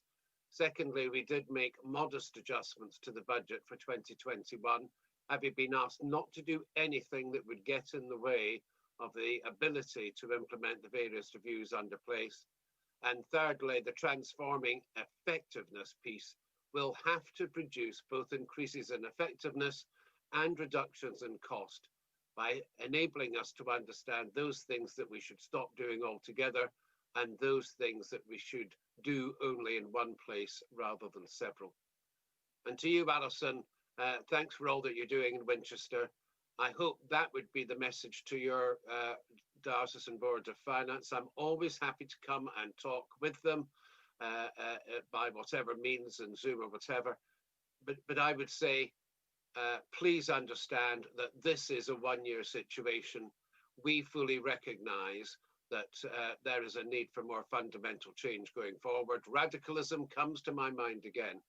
But I would also encourage your Diocesan Board of Finance to learn from the example of other dioceses. I would remind Synod members that we have one or two dioceses who have, through their own efforts, seen virtually no reduction in their income from what we tend to call parish share. Thank you very much. I therefore put item 13 to the vote. This will be done by a simple poll, a Zoom poll.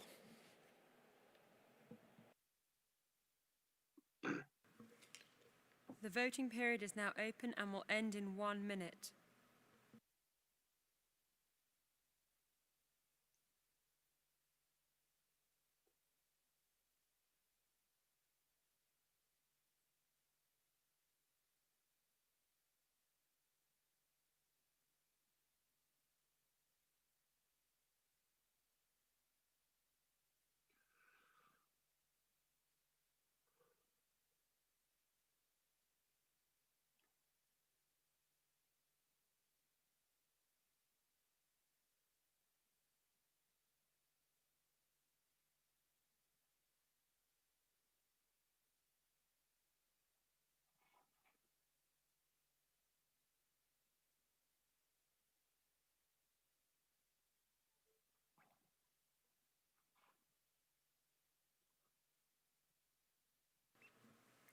The voting period has now ended.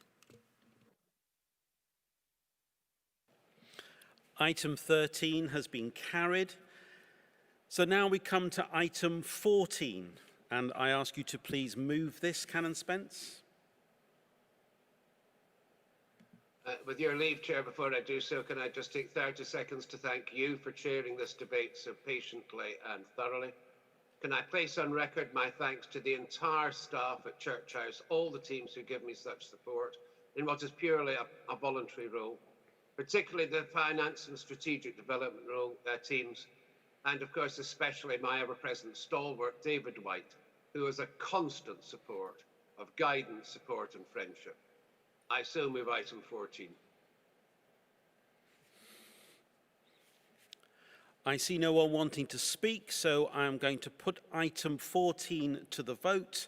This will be a simple poll, and we'll do it on Zoom.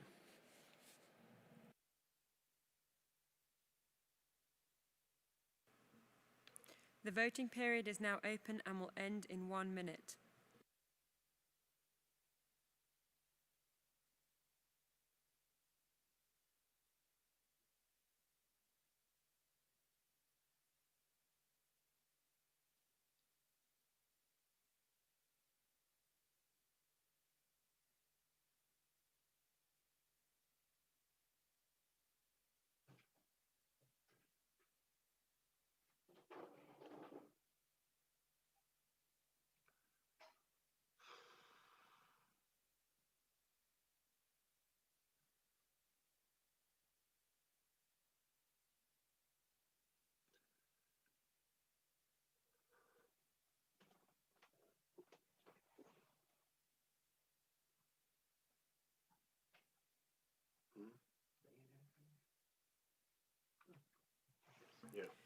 The voting period has now ended. Item 14 has been clearly carried. Members of Synod, thank you very much for that debate.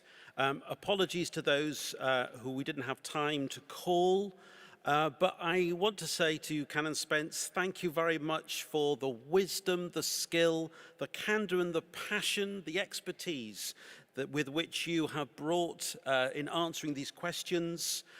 We are greatly indebted to you for all that you do on our behalf, and so thank you very much for answering these questions and moving these items in our debate today. We will now adjourn Synod for 30 minutes for a screen break, so we will meet back here at 4:45. 4:45. Thank you. Enjoy your cups of tea.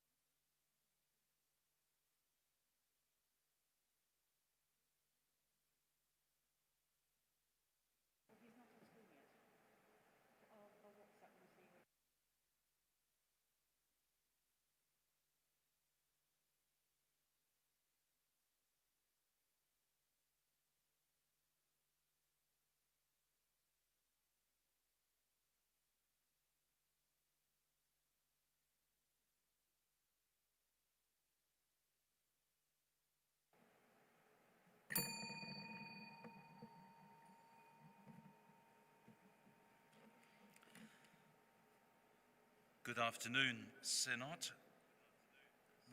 We now move to item 506, but before that, I just need to give a couple of housekeeping notices. Firstly, if you haven't done so already, would you please amend your name, rename yourself on Zoom, so that we can see a 3-digit Synod number. I'm 055, for instance, and then the letter B, C, or L to give us a clue as to which house you belong to, and then your name. When you are called to speak, if you could please announce yourself as you would do in Synod, if we were here in the chamber with your name, diocese, and Synod number, that really helps people who are keeping a note of all of this. So we move to item 506, which is the first consideration stage for the draft safeguarding Code of Practice measure. Members will need the draft measure GS 2182, the policy paper GS 2182P, and the explanatory notes GS 2182X. I call on the chair of the steering committee, the Dean of the Arches and auditor, to move item 506, that the measure entitled Safeguarding Code of Practice measure be considered for revision in full Synod. Dean, you have up to 10 minutes to speak.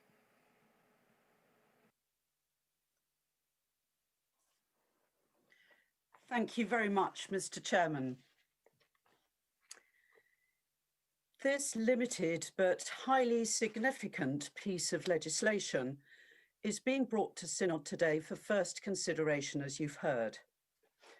As the policy and explanatory notes make clear, this provision is an important part of the Church's response to the ICSA report of 2019 on case studies relating to Peter Ball and the Diocese of Chichester. It also relates to the humbler and simpler and safe church parts of what His Grace the Archbishop of York was telling us about the vision this morning. The recommendations in the ICSA report, which were founded on the evidence presented to the inquiry, included one which related to the use of the term due regard in the legislation as it currently stands concerning safeguarding guidance issued by the House of Bishops. Amongst other witnesses, His Grace the Archbishop of Canterbury gave evidence to the effect that the term of art, due regard, was unclear. The difficulty here is that guidance, which is what it relates to, can mean different things in different contexts.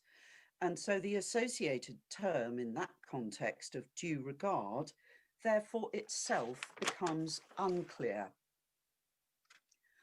On a matter of such vital importance for the life of the Church and for those in society whom we seek to serve, lack of clarity is unacceptable. It is also unnecessary because putting it right can be achieved by the proposed amendment to the Safeguarding and Clergy Discipline measure of 2016. The mechanism of the proposed new provision is simple. The House of Bishops, firstly, is to be placed under a statutory duty to issue a code of practice on safeguarding children and vulnerable adults.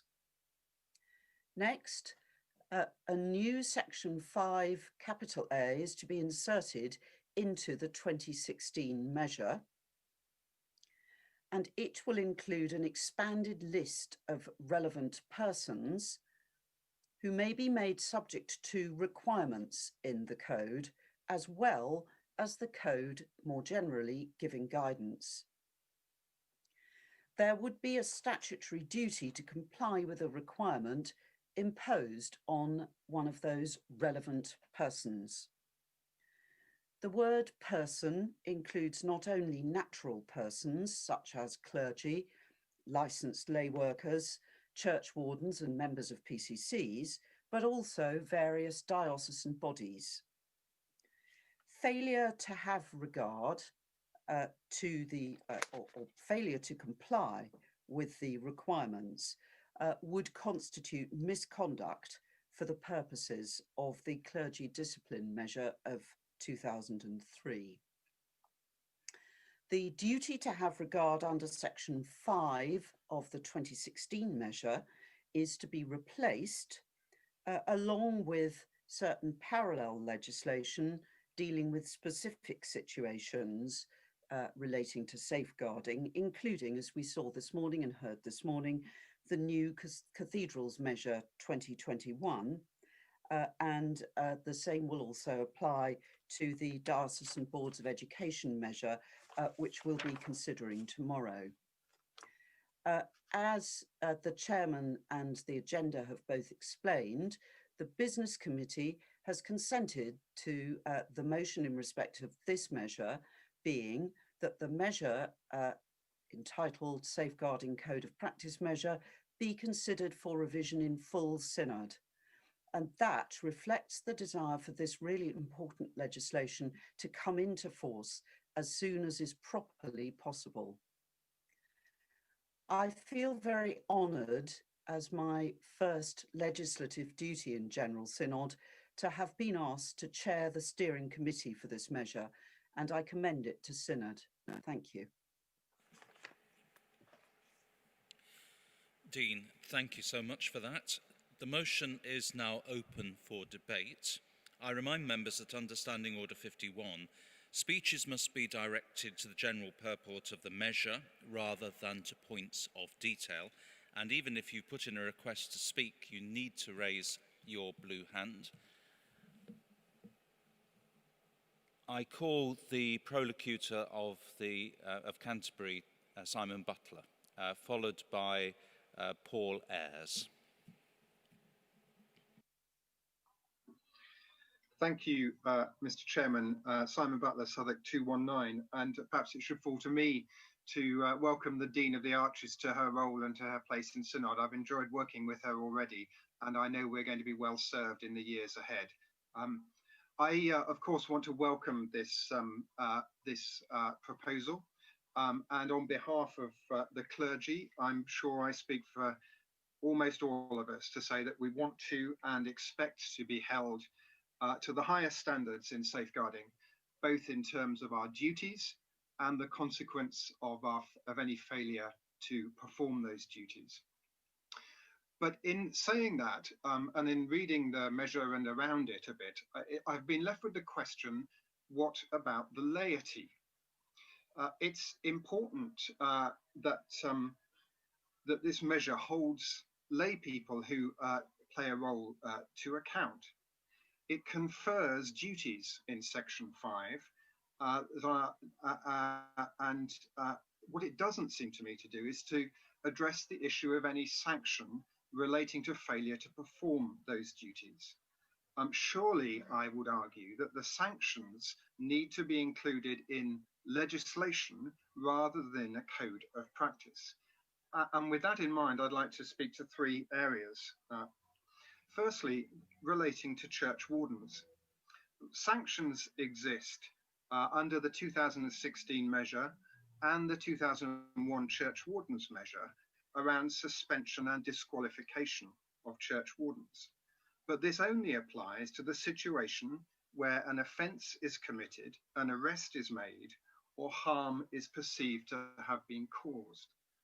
It doesn't seem to apply to a situation where a church warden is given a duty under these proposals, but then fails to carry them out or ignore them. Now, I recognise that there is special provision in the 2001 church wardens measure to allow a bishop to delegate duties to another person. But these only apply to duties conferred under that measure and not to those under the 2016 measure, as it will be amended by the Code of Practice. So you could have a situation where a church warden is not doing their duties, but still holds the office of church warden. Seems to me that we need to give to the bishop a power to disqualify church wardens for failure to perform safeguarding responsibilities in this measure. I can't see that they exist as they are, although I'm very happy to be corrected by learned the Dean's learned wisdom. This is something I think we must return to in revision in full synod. Then I want to speak briefly about new clause 5AN. And there's a phrase in 5AN we're referred to people who work on any basis. And I wonder whether that phrase is another what ICSA call term of art. Does any basis include voluntary as well as employed basis? If, as I assume, the answer to that is yes, then I think more thought is needed. Where is the sanction? And who is to exercise the sanction for a failure of a person, say a person in the PC under the employment of a PCC to perform their duties? We currently have no formal process to sanction lay volunteers. And maybe this measure should give us an opportunity to think about that. I wonder if it would be better to give the PCC a power to remove a lay volunteer. I certainly don't think it should be left to the incumbent to do that on his or her own back, especially with the threat of the CDM as currently is. I think some work needs to be done on that. And then there's a final point I want to make about where there are some gaps in 5AN. In the Diocese of Southwark, we have a proprietary chapel, which has become the source of a particularly serious safeguarding matter, as is well known. Where people are employed by private trusts or third parties, but in a C of E context, we ought, I think, to bring them into the same safeguarding regime as everybody else. And I wonder whether that has been overlooked. We see people at the moment worrying about the future. We've seen it, for example, in the well-publicized CEEC video, people looking for structural places in the Church of England. I fear that with funds being possibly squirreled away in the coming years into private trusts to fund ministry, we may find there's a loophole there that we might be better to block before it becomes a serious concern. So broadly speaking, welcome, but I think there's quite a bit more that needs to be attended to in this measure. Thank you very much. Thank you, Paul Ayres, followed by Carl Fender. I was so excited about looking for blue hands, I forgot to say the speech limit at the moment is 5 minutes. Paul Ayres.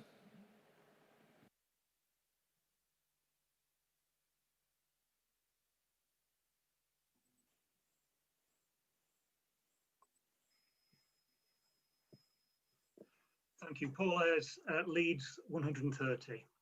As an archdeacon, I'm heavily involved in safeguarding, and I agree with a lot of what Simon has just said. Archbishop Stevens spoke this morning about a hasty response to ICSA, and I'm concerned that this may be a bit too hasty. When my kids were at university, they told me that the motto for getting working on time was don't get it right, just get it written. But the opposite applies to legislation, and we need to remember that ICSA is not infallible. So I have 4 concerns. The first one is a concern about asking for first consideration without seeing at least a draft of the Code of Practice. The current policy and practice guidance is lengthy, complex, and it's constantly being revised by the NST, who are also far from infallible, and not even tracked changes are given. Now, is it envisaged that all of this should form the Code of Practice? And if not, what is envisaged? The oldest trick in the synodical book is to push through first consideration of a general principle because we will get the detail later. And then when the detail is presented, we are told, well, we voted for the general principle, so we must approve the detail. My second concern is about the requirement for the House of Bishops to issue this without other scrutiny. There's no provision for this synod or anyone else to comment or revise what the House of Bishops issue. My third question, echoing what Simon said, is a question about what sanctions or penalties are envisaged and for what persons or bodies and by whom to be imposed for breaches of the Code of Practice if it's not something within CDM. If compliance is to be a legal requirement, what happens when someone judges that someone has not complied, and who is to judge? Are we wanting to invite more litigation? My fourth concern, finally, is about apparent movement towards what is sometimes called mandatory reporting, whatever that may mean. we all know, I think, that mandatory reporting sounds very attractive, but it's very difficult to pin down. In jurisdictions where it exists, it takes very different forms, and it's not straightforward to decide who must report what to whom, and again, what if they don't. I think we need answers to these questions before we can simply approve the motion that's before us. We shouldn't legislate in haste. Thank you. Carl Fender, followed by Martin Sewell. 5 minutes. Speech limit is in place. Carl Fender, Lincoln 342. Thank you, Chair, for calling me. Clause 2.1 of the draft measure provides for repeal of the troublesome due regard provision and proposes a replacement phrase must comply with a requirement as regards the code of practice. Synod, I wonder if we can do better with the drafting of these new provisions. The model of using soft law to regulate professional standards is not new. By soft law, sometimes called grey law, I mean the code of practice that is referred to. I note also that there will be a corresponding amendment to Section 8 of the 2003 Clergy Discipline Measure. The soft law of the Code of Practice will have hard sanctions where there is a breach of its provisions. Any code of practice must communicate well with those it seeks to regulate in order to guarantee standards. There is an elusiveness in the current draft in the use of the word requirement, which does not go far enough to distinguish between mandatory and discretionary obligations. This is what is in the policy paper, GS 2182P, paragraph 2.2, where there is a reference to the SCI guidance. In my view, any code must set out these 4 things. 1. Principles. 2. Best practice. 3. Clearly defined obligations or duties, and 4. Any additional guidance. So I have concerns about the drafting of the proposed clauses 1 subclause 3 and 1 subclause 4, whose drafting of compliance with a requirement does not reflect good practice in the regulation of professional standards and does not stand up to the demands of what we're seeking to do here.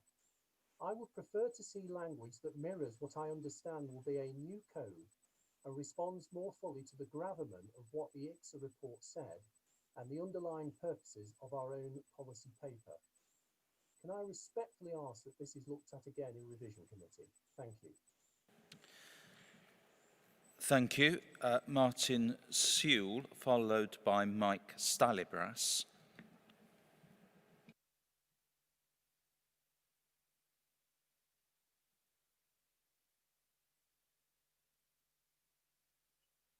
Sorry, Martin Sewell, Rochester 391. When I first started talking about safeguarding in the Church of England, I was taken aside by a senior church figure and told that this was problematic because I was trying to get ourselves aligned to the ordinary safeguarding law, whereas we have a system suitable for the Church of England. And therein, I think, lay much of the problem. The system suitable for the Church of England started with perhaps a good idea and then had things bolted on and changed and added to. And already in the debate, we're having suggestions put in. And I'm very much behind Carl's way of thinking that you really need to get the scheme of things clear, and everybody needs to have a system that is coherent from the outset with proper structure. And to avoid us falling into this problem again of just keeping adding and losing focus, I just would like to ask, one of the problems is that I'm not clear whether we're always, well, we clearly aren't always human rights compliant. If we start talking about how to discipline church wardens and how to discipline people who are employed, we're now getting into HR territory, we're getting into ACAS territory, we're getting into Unite territory. And I wonder if before we start going down those sorts of routes, which may need to be done, but wouldn't it make an awful lot of sense to have some discussions with the Unite Trade Union and possibly ACAS themselves as well? The final point I want to make is to remind everybody of the research from the Sheldon Hub in August of this year to show how vitally important it is that we get this CDM matter right, because Sheldon reports to us 40% of our clergy who fall foul of CDM contemplate taking their own lives. Some of us have some experience of what it's like for people and families going through this CDM process, and we must get it right, because to get it wrong through sloppiness is not only wrong in law, it is cruel.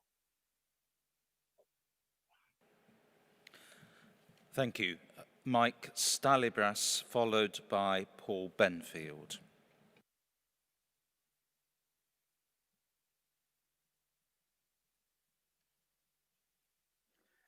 Thank you, Chair, for calling me to speak. Mike Stalibras, York 439. I reflect Simon Butler's concerns that there may be a disconnect between the way that the clergy are treated and the laity are treated in this. In particular, when we're talking about safeguarding and clergy discipline, there is certainly an implication that the discipline applied to clergy might apply not only if they fail to follow the House of Bishops guidelines, but if they actually transgress by committing safeguarding offences. Now, we don't have the same situation applying to the laity, where if a church warden or a member of a PCC actually engages in serious psychological abuse, which is not a criminal offence, but is an offence within the guidelines, how can we, there doesn't appear to me at the moment to be any sanction which enables the church warden or the other member of the PCC to be disqualified from office because of behaviour which is actually going against the code of practice, the guidelines that we as a church all subscribe to. Thank you. Paul Benfield, followed by Luke Miller. After Paul has spoken, I'll be reducing the speech limit to 3 minutes. Paul. Paul Benfield, Blackburn 66. I support this measure, but I do have one concern which needs to be addressed at the revision stage. The Code of Practice issued by the House of Bishops is not subject to approval by the General Synod in any way, even under the deemed approval process. The House of Bishops may issue a code which imposes requirements on clergy, and failure to follow those requirements would be misconduct under the clergy discipline measure.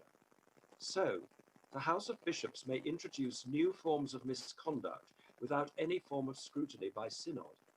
And in practice, it will not be the House of Bishops which drafts these new requirements, but the National Safeguarding Team. I consider this to be constitutionally wrong.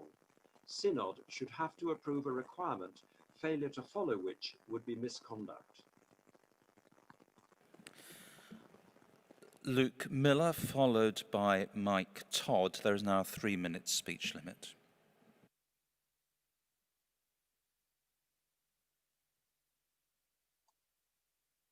Thank you, Chair, for calling me. Luke Miller, 162 London. In the virtual synodical forum, we're unable to show support to other speakers by simply clapping, as we perhaps would have done when we're all together. So I would like to underscore what Archdeacon Paul Ayres has just said. There are all sorts of things in this measure which are much to be supported, and I hope very much that we will take it through to the next stages. But we do need a strong commitment to ensure that the revision stage is done thoroughly, and that the issues that Archdeacon Paul and others have raised in this debate are very carefully looked at, and that we don't fall into what he describes as the oldest trick in the synodical book. We mustn't allow that to happen. I'd also just like to make the remark that as we look to mixed ecology that we were talking about this morning, and having all different kinds of shapes, sizes and leadership patterns of churches, that we need to ensure that we have some way of which is not quite HR, but is ecclesiastical discipline over those lay people who may find themselves leading churches in that mixed ecology that we look to. The issues around elected leaders in churches have also just been raised. But I would just like to underscore again the need for us to ensure that the revision stage here is extraordinarily thoroughly done so that we can support the principle, but not lead ourselves into all kinds of unintended and difficult consequences. Mike Todd, followed by April Alexander.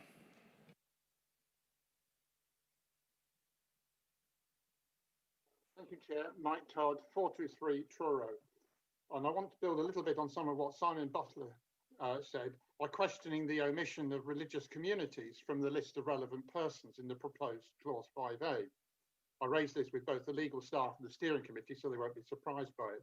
To me, the most important intention of this measure is to put beyond any doubt that we have determined that there should be no place with anything remotely described as the Church of England where abuse or inadequate safeguarding can exist or thrive.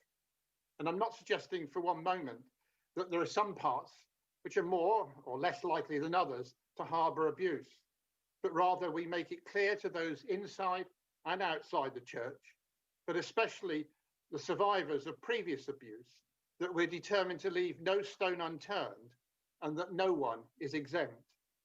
The danger of making a list that seeks to be comprehensive is that more attention is given to what it omits rather than what it includes. And in the context of how we've stylized legislation in recent times, I'm surprised that there's no provision for extending this list of relevant persons. And so I asked the steering committee not only to fill existing gaps, such as including religious communities, but also to look to it, including a simple way of adding new groups that may emerge in the future and which should then be included without having to go through a full legislative revision of the measure. The vision set out so enthusiastically by Archbishop Stephen earlier looks for a mixed ecology. And consequently, this will throw up other groups and individuals that we cannot yet imagine, but who should be subject to the same oversight, not least those in the social media context where safeguarding is so critical. Thank you. April Alexander, followed by Simon Talbot.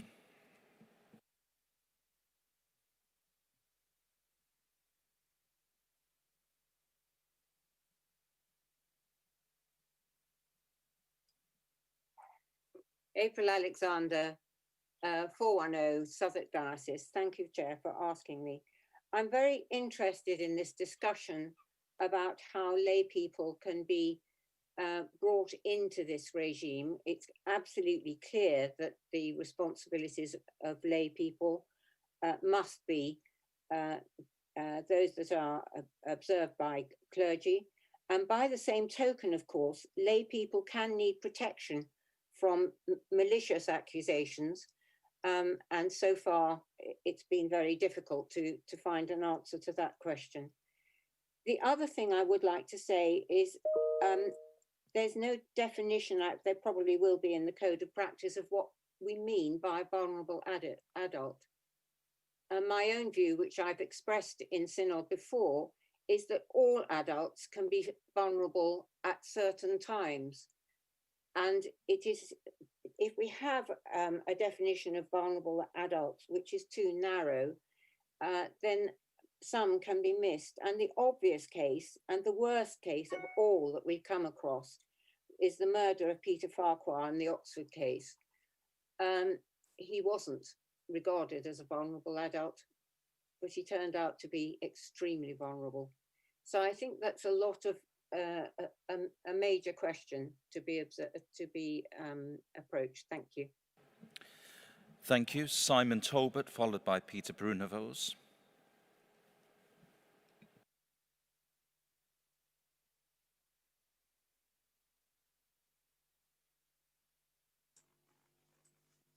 Simon Talbot, Ely 112. Thank you very much for calling me, Chair. I am the convener in Synod of the small group of clergy who are members of the Church of England Clergy Advocates, which is the Church of England branch of Unite. I'd just like, in that vein, to speak in support of the items raised by Martin Sewell and Carl Fender. We need, yes, this particular piece of legislation, but it needs to be handled very carefully, and particularly as it sits alongside the revision of the CDM, which is currently underway. Thank you. Peter Brunevels, followed by Bishop Paul Butler.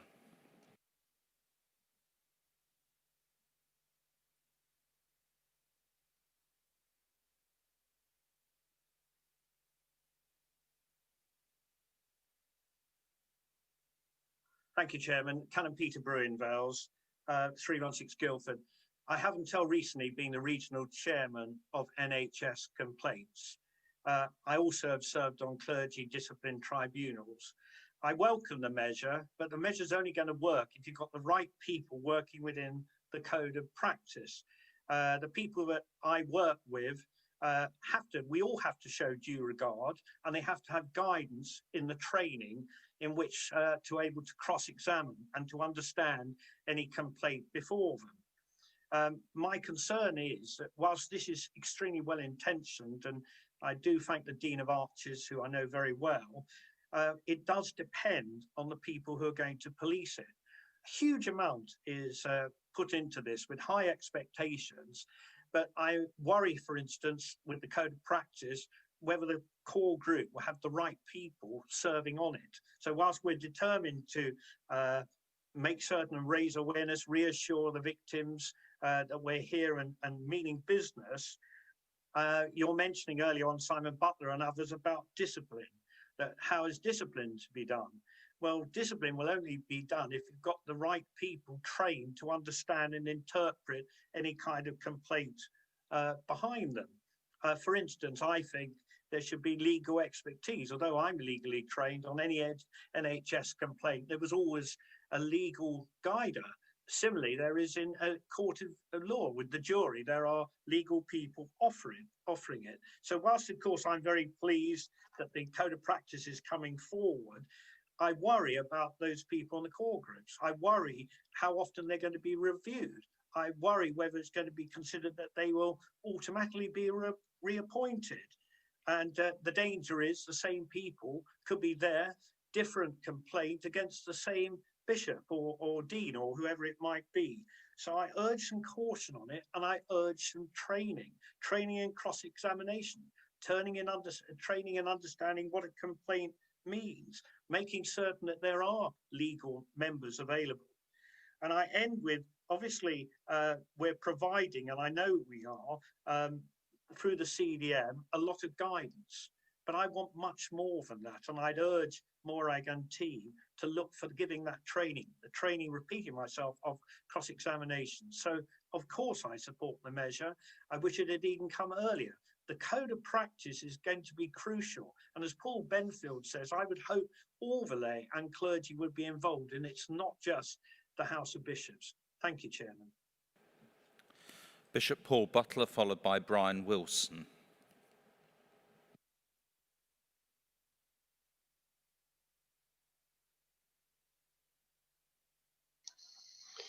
Thank you, Chair, for calling me. I well remember being deeply involved in the 2016 safeguarding measure and having debates during that about the phrase due regard. I lost those debates. I am now delighted that ICSA has picked us up on the use of it, and pleased to see that this legislation is tackling the ICSA's requirements on it. I'd like to pick up on the Code of Practice and the House of Bishops' role. Of course, the House of Bishops must issue it because we need to continue to take our lead responsibility for safeguarding. However, if anyone thinks that we would produce a Code of Practice without consulting widely, including lay and clergy, please think again. This is a legal requirement of who issues it. And absolutely, I am sure we would ensure that it was widely consulted on beforehand. I think a lot of very helpful comments have been made, particularly by the two archdeacons, Archdeacon Eyre and Archdeacon Miller, on ensuring that processes are followed carefully through the revision process. And I would also say that I think the questions that Martin Sewell raised around laity and just how carefully we have to step in that in terms of requirements.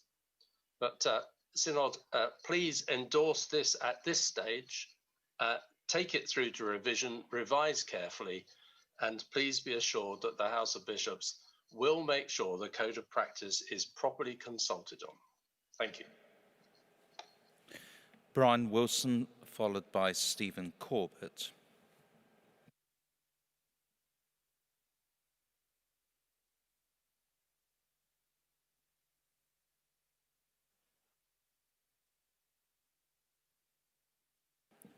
You need to unmute. Thank you. Brian Wilson, Southwark 416. I would like to emphasise the point that Simon Butler made regarding proprietary chapels. My church is the proprietary chapel that he mentioned, and I would not wish it to go unsaid that we would not fully support his request that proprietary chapels must be included in this order. Thank you very much. Stephen Corbett, followed by Damien Feeney, and then I'll be testing the mind of Synod about bringing this debate to a conclusion. Stephen Corbett, followed by Damien Feeney. Yes, Steve Corbett, 067 Blackburn. I wasn't intending to speak in this debate, but I'm not a lawyer, I'm not a safeguarding specialist, I'm just a vicar. I do recall being a relatively new member of Synod, but at the February sessions we had conversations relating to this. And what I've heard in the introduction to this debate is that much of this that we're discussing now is to be dependent on the CDM of 2003. The Sheldon report recommended the replacement of CDM. I recall, I don't have the papers in front of me, but the House of Bishops voted following a report, I think it was from the Bishop at Lambeth, Bishop Thornton, to replace the CDM. So what I'm hearing is we're going to introduce a code of conduct that we have before us, only a draft one, and it's going to be based on something that we've agreed in principle, I think, to replace. So perhaps we're putting the cart before the horse. Could we get the replacement of CDM sorted? And then we can produce a code of conduct, which I agree with Simon Butler, needs to be applicable to lay officers as well as to clergy. Let's get it in the right order. And then perhaps we'll have something which can stand the test of time going forward in a robust manner. Thank you for calling me, Chair. Before the next speaker, I'm just going to authorise a simple poll using the Zoom poll to test the mind of Synod for closure of this debate. I see that the Bishop at Lambeth has put his blue hand up. I'd quite like to hear him after Damien Feeney. So Damien Feeney, the Bishop at Lambeth, and then we'll close the debate. So I put this poll to Synod now that we close the debate after the next two speakers. The voting period is now open and will close in 1 minute.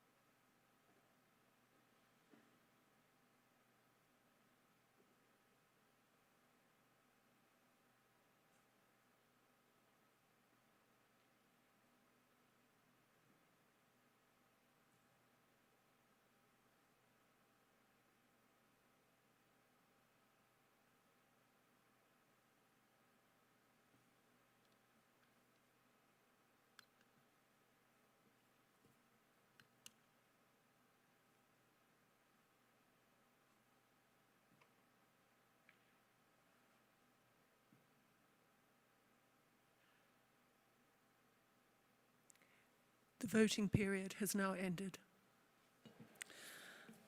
That is clearly carried. I therefore call on Damien Feeney, followed by the Bishop at Lambeth.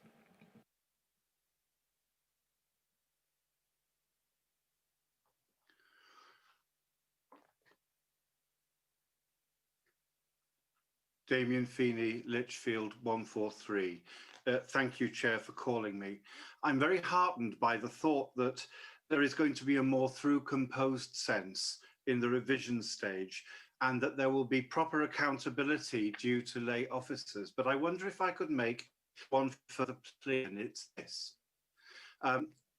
The position of ordinands with regard to the CDM process is anomalous, to say the least. I was in theological education for 6 years, and where the actual authority for their discipline, so to speak, lay, was perhaps murky at best, a kind of pulling together of the training institution and the relevant diocese.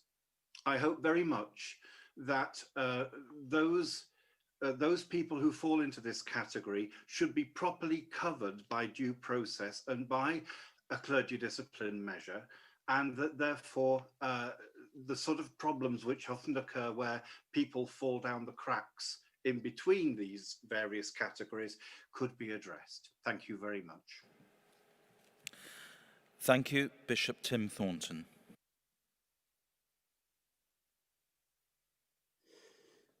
Thank you very much.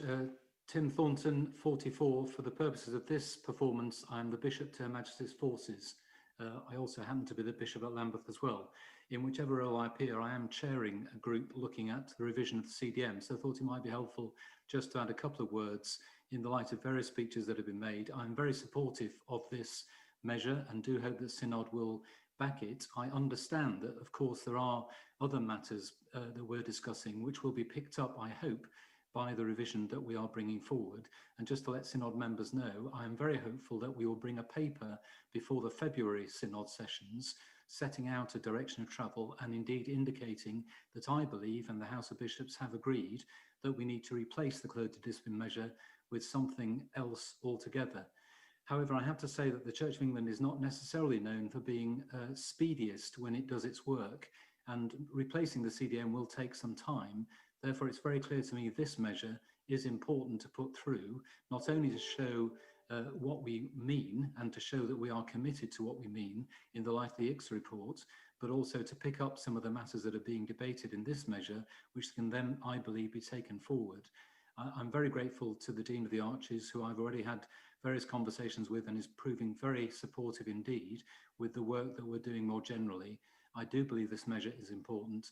I actually think the whole question of lay officers and how we do indeed put in place proper measures is a very important one, as indeed is the point made just now about ordinands. There's much to be done. The paper in February will simply be setting out how we're going to go about it, because it will take some time to bring those changes in. So please do support this, but I'm listening carefully to all that's being said. Thank you. Thank you. I call on the Dean of the Arches now to respond to that debate. Dean, you have up to 10 minutes to respond. Thank you very much indeed, Mr. Chairman. I just saw the message about the 10 minutes on the chat with gratitude. This has certainly been a very good way of virtually meeting a number of members of Synod whom I didn't already know. I'm very grateful to those expressions of welcome and support for me personally in carrying through this work, which, as I said earlier, I regard as very important and a great honour to be entrusted with this. So I thank members of Synod for those expressions. I also thank and am heartened by the fact that none of those who have spoken have taken issue with the principle of the need for our church to be grappling as a matter of urgency with safeguarding and introducing and strengthening and putting in place proper measures. And really what has been addressed very helpfully are a number of matters which can be taken forward in a variety of strands. Firstly, in the work of the steering committee, which I shall be chairing. I've been scribbling away madly while everyone's been talking, and I think I've got a good summary of people's concerns. I'll touch on some of those in a moment. The second strand of work, which is intimately connected with this measure, is of course the House of Bishops Code of Practice work stream. And I'm very grateful to the two bishops who have spoken about that, assuring Synod that the House of Bishops is listening and has listened to the points that have been raised in the last 3/4 of an hour or so. And I will look to House of Bishops to consult widely in the ways that have been indicated and to align the work that they do on the code with the work that Bishop Tim at Lambeth is leading with regard to CDM generally. Yes, there are connections between this measure and the code and the wider topic of CDM. They are connected, but they are not logically dependent upon one another. And for the reasons which I alluded to in my opening speech, and which are set out in the policy and explanatory notes, and referred to again by Bishop Tim, this matter is urgent. It is urgent and important that the Church of England responds and is seen to respond to the perfectly valid and important points made by ICSA.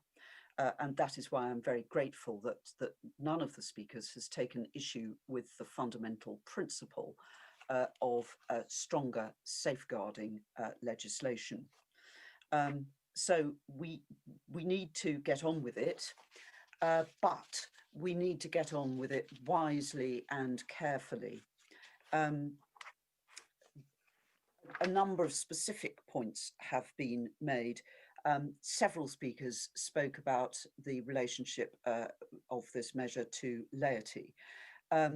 This is clearly a matter which the House of Bishops are going to have to continue to consider carefully, and also the steering committee. I do know from one of my other hats that I wear that this topic has already started to be considered and recognised as important but complex by the National Safeguarding Steering Group, and also listening as that group always does very carefully to the National Safeguarding Panel.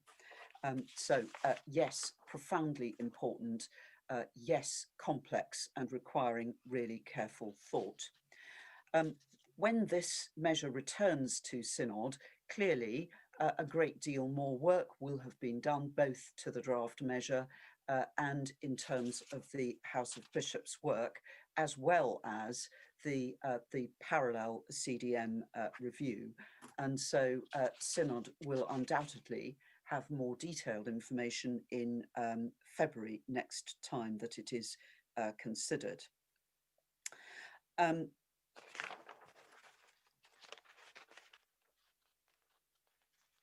I'm not going to mention everybody by name, I'm afraid, because there was some useful overlap of points. But I do want specifically to respond to Dr. Mike Todd, to thank him for his very helpful correspondence that we've had and that's been had with the legal office, and the specific position of religious communities. Also to address at the same time the point made by Mr. Damien Feeney about ordinance. both of those certainly require, those communities of people require careful consideration to ensure that they are covered. Certainly, I know from my own work, wearing yet another hat with regard to TEIs, of the complexity of which Mr. Feeney speaks. The complexity with regard to religious communities, I would very much hope is improved by the measure which was has now been passed with regard to rationalising those bodies, and certainly work in relation to Dr. Miller's point has already started in terms of thinking about that, and the point has been drawn to Bishop David Walker's attention as lead bishop for those communities. Several speakers, including Father Luke Miller, spoke about the relationship of this measure to the mixed ecology within the vision. And yes, that is absolutely right, and as important and probably connected with the points that have been made about laity and the need for them both to be accountable and protected. Again, there will clearly need to be liaison between my committee and the House of Bishops as we both work on those matters. So I very much take the point about the need for more and very careful work. I'm extremely grateful to members of Synod for the points which they've already raised. I would encourage Synod members to continue to raise matters. If you haven't had a chance to speak today, please email the Synod support or the legal office or me. It's probably best if you go through Synod support so that everything gets properly registered and tabulated. But if you've got further points, please raise them, and they will be taken into account. Upon that undertaking and commitment, I would very much hope that Synod is prepared to vote in favour of the motion, which is that the measure entitled Safeguarding Code of Practice Measure be considered for revision in full Synod. And thank you once again for all your contributions. Thank you, Dean. I therefore put item 506 to the vote. I'm going to authorise a simple vote by Zoom poll in this instance, that the measure entitled Safeguarding Code of Practice Measure be considered for revision in full Synod. The voting period is now open and will end in 1 minute.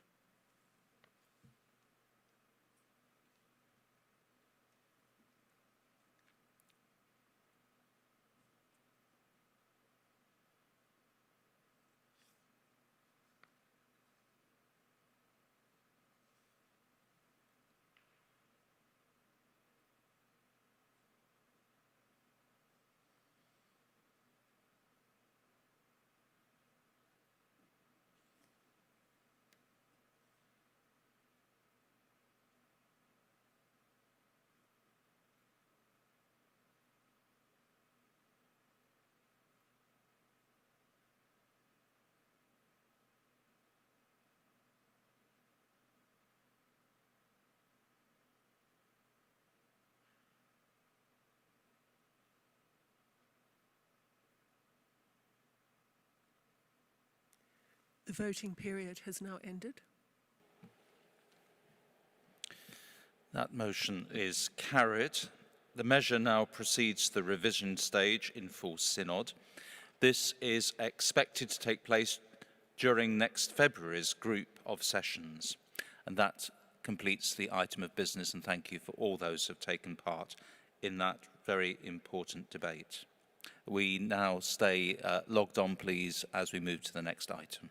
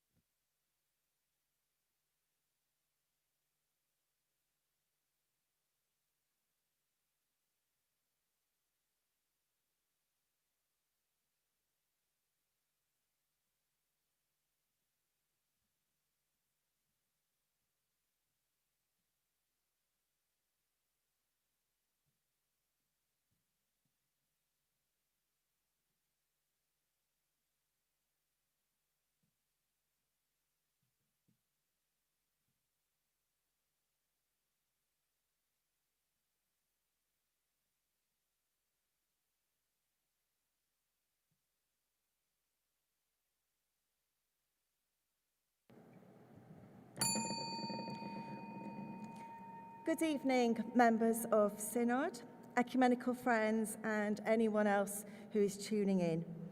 We come to the last item on the agenda for today, item 15, which is the appointment of Matthew Frost to serve a second 5-year term on the Archbishop's Council from the 25th of November 2020. So I invite the Archbishop of York, Stephen Cottrell, to move item 15.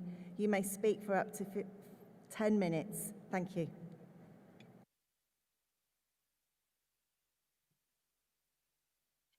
Chair, thank you very much. Synod, I start with an assumption, always dangerous, I know, but nonetheless, I will assume that you've all read GS 2183, which gives further details of this appointment to the Archbishop's Council, and that you've clocked the errata for this item listed on notice paper 3. I therefore don't intend to repeat all that information now. The Archbishop of Canterbury and I, we are extremely grateful to Matthew for his contributions to the work of the Archbishop's Council over the last 5 years.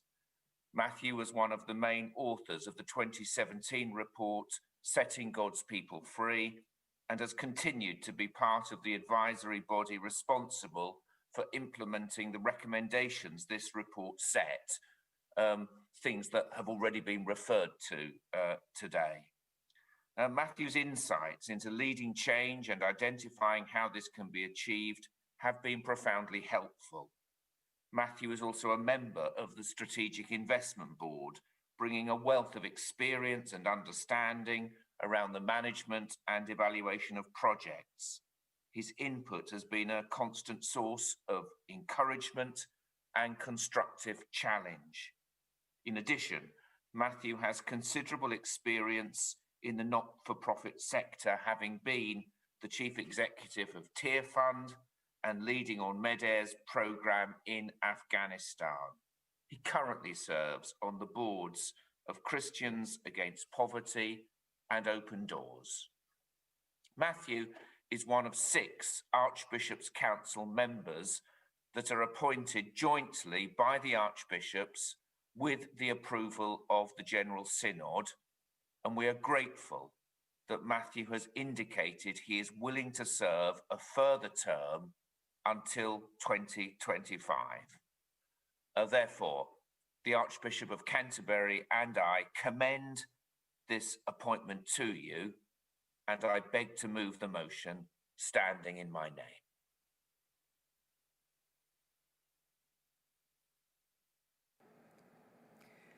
Thank you, Archbishop. Please may I remind members that if you wish to speak, that you indicate by using the blue hand. Thank you. Item 15 is now open for debate. I call the Chair of the House of Laity, Jamie Harrison, to speak. You have up to 5 minutes. Thank you.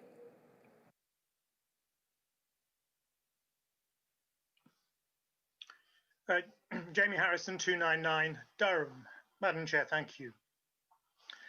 It would be remiss of me if I failed to seek to speak in favour of the reappointment of Matthew to be an appointed member of the Archbishop's Council. As you'll be aware, the Council has 19 members, obviously the 2 Archbishops, it's a joint council point, the First Estates Commissioner, 10 members elected by the 3 houses of the Synod, and 6 who are appointed members who are both lay and ordained. Now, appointed members, as we've already heard from the Archbishop, bring many skills and expertise, experience, a wide vision, and where appropriate, a challenge to the work and the decisions of the Council. And we've already heard a lot today, helpfully, from John Spence, one of our other appointed lay members of the Council. And as Synods can see from GS 2183, Matthew brings and has continued to bring huge areas of expertise, particularly in leadership in an NGO context, as well as his work in government. Allied to his skills in strategic thinking and how to deliver things on the ground, he has a profound outward-looking Christian faith, so well expressed in his chairing of the Lay Leadership Task Group, which, as we've heard, led to the report Setting God's People Free. And as a co-chair of the Setting God's People Free Advisory Group, along with Bishop Rachel of Gloucester, we're delighted that Matthew continues to play a very active and significant role on that advisory group. Equally, his understanding of key issues brings to the Strategic Investment Board much wisdom and, of course, challenge as we look at a whole range of financial matters to bring mission and ministry and growth together across the church. So it's quite right that we should welcome, and I certainly hope we can welcome, his willingness to be reappointed to an Archbishop's Council which grows in its need to think clearly and effectively over the next 5 years. And I trust that Synod will join with me wholeheartedly and with the Archbishops in reappointing him for 5 years.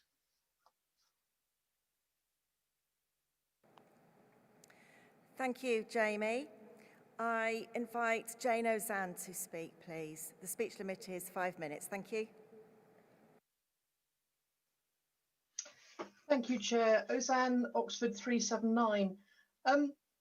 I want to preface my comments by saying this is nothing about Matthew in particular. I think he's an extraordinary man and a great gift to the church. It's more about the term that we're asking appointed members to serve. Many in Synod will remember that I was one of the first appointed members. We were appointed for terms of 3 years, and then we were staggered in order to ensure that there was a renewal of fresh voices on the council. And my concern here, if I can, I think it's more wanting to lodge a concern that having someone serving for 10 years means that that freshness, that new outside voice is not current. The whole point of the Archbishop's Council's appointed members, as I was told when we first started, was to bring an outside perspective.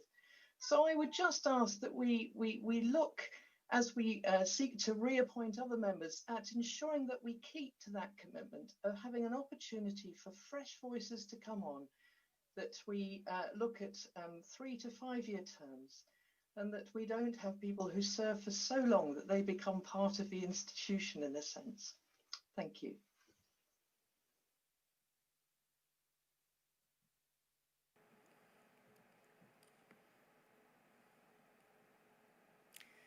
Thank you, Jane. So I invite Archbishop Stephen to reply. You have up to 5 minutes. Thank you.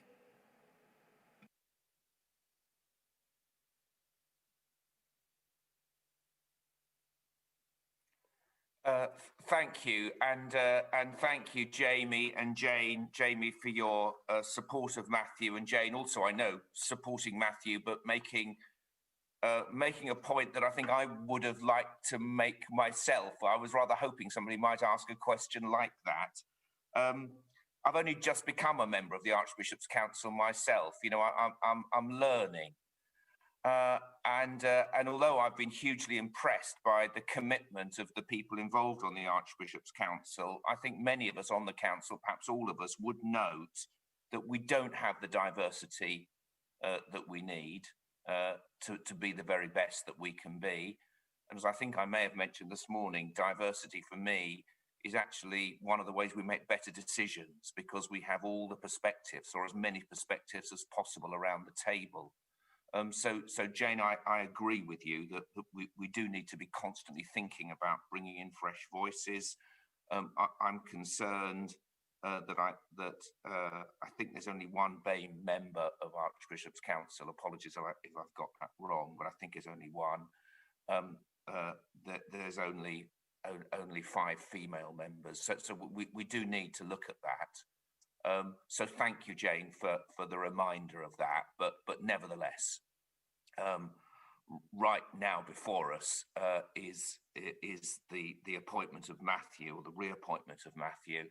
I hope that has your fulsome support, because Matthew brings so much to the work that we do.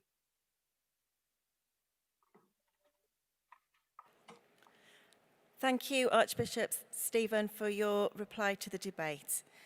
So we move to vote on item 15, the appointment of Matthew Frost as a member of the Archbishop's Council. I put item 15 to the Synod by ordering a simple vote. Thus, this is a simple vote on item 15. Voting will take place using a Zoom poll. Thank you. The voting period is now open and will end in 1 minute.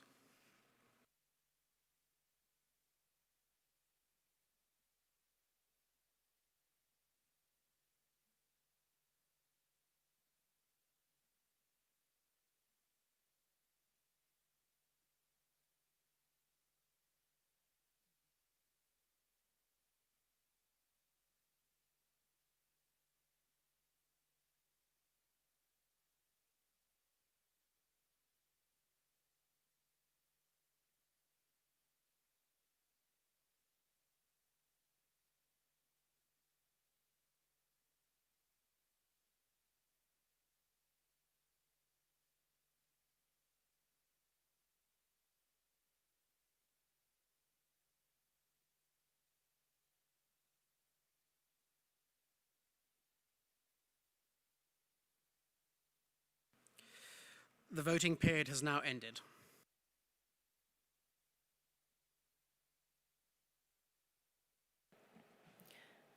Item 15 is carried. Thank you very much. That concludes this item of business. Everyone, in a moment, please join in with the closing worship, which will be led by Canon Shane Ardron and followed by the Archbishop of Canterbury, Justin Welby, dismissing us with a blessing. Before that, I would like to take this opportunity to remind members that the Zoom link for our meeting tomorrow, Wednesday, the 25th, will be sent by our support staff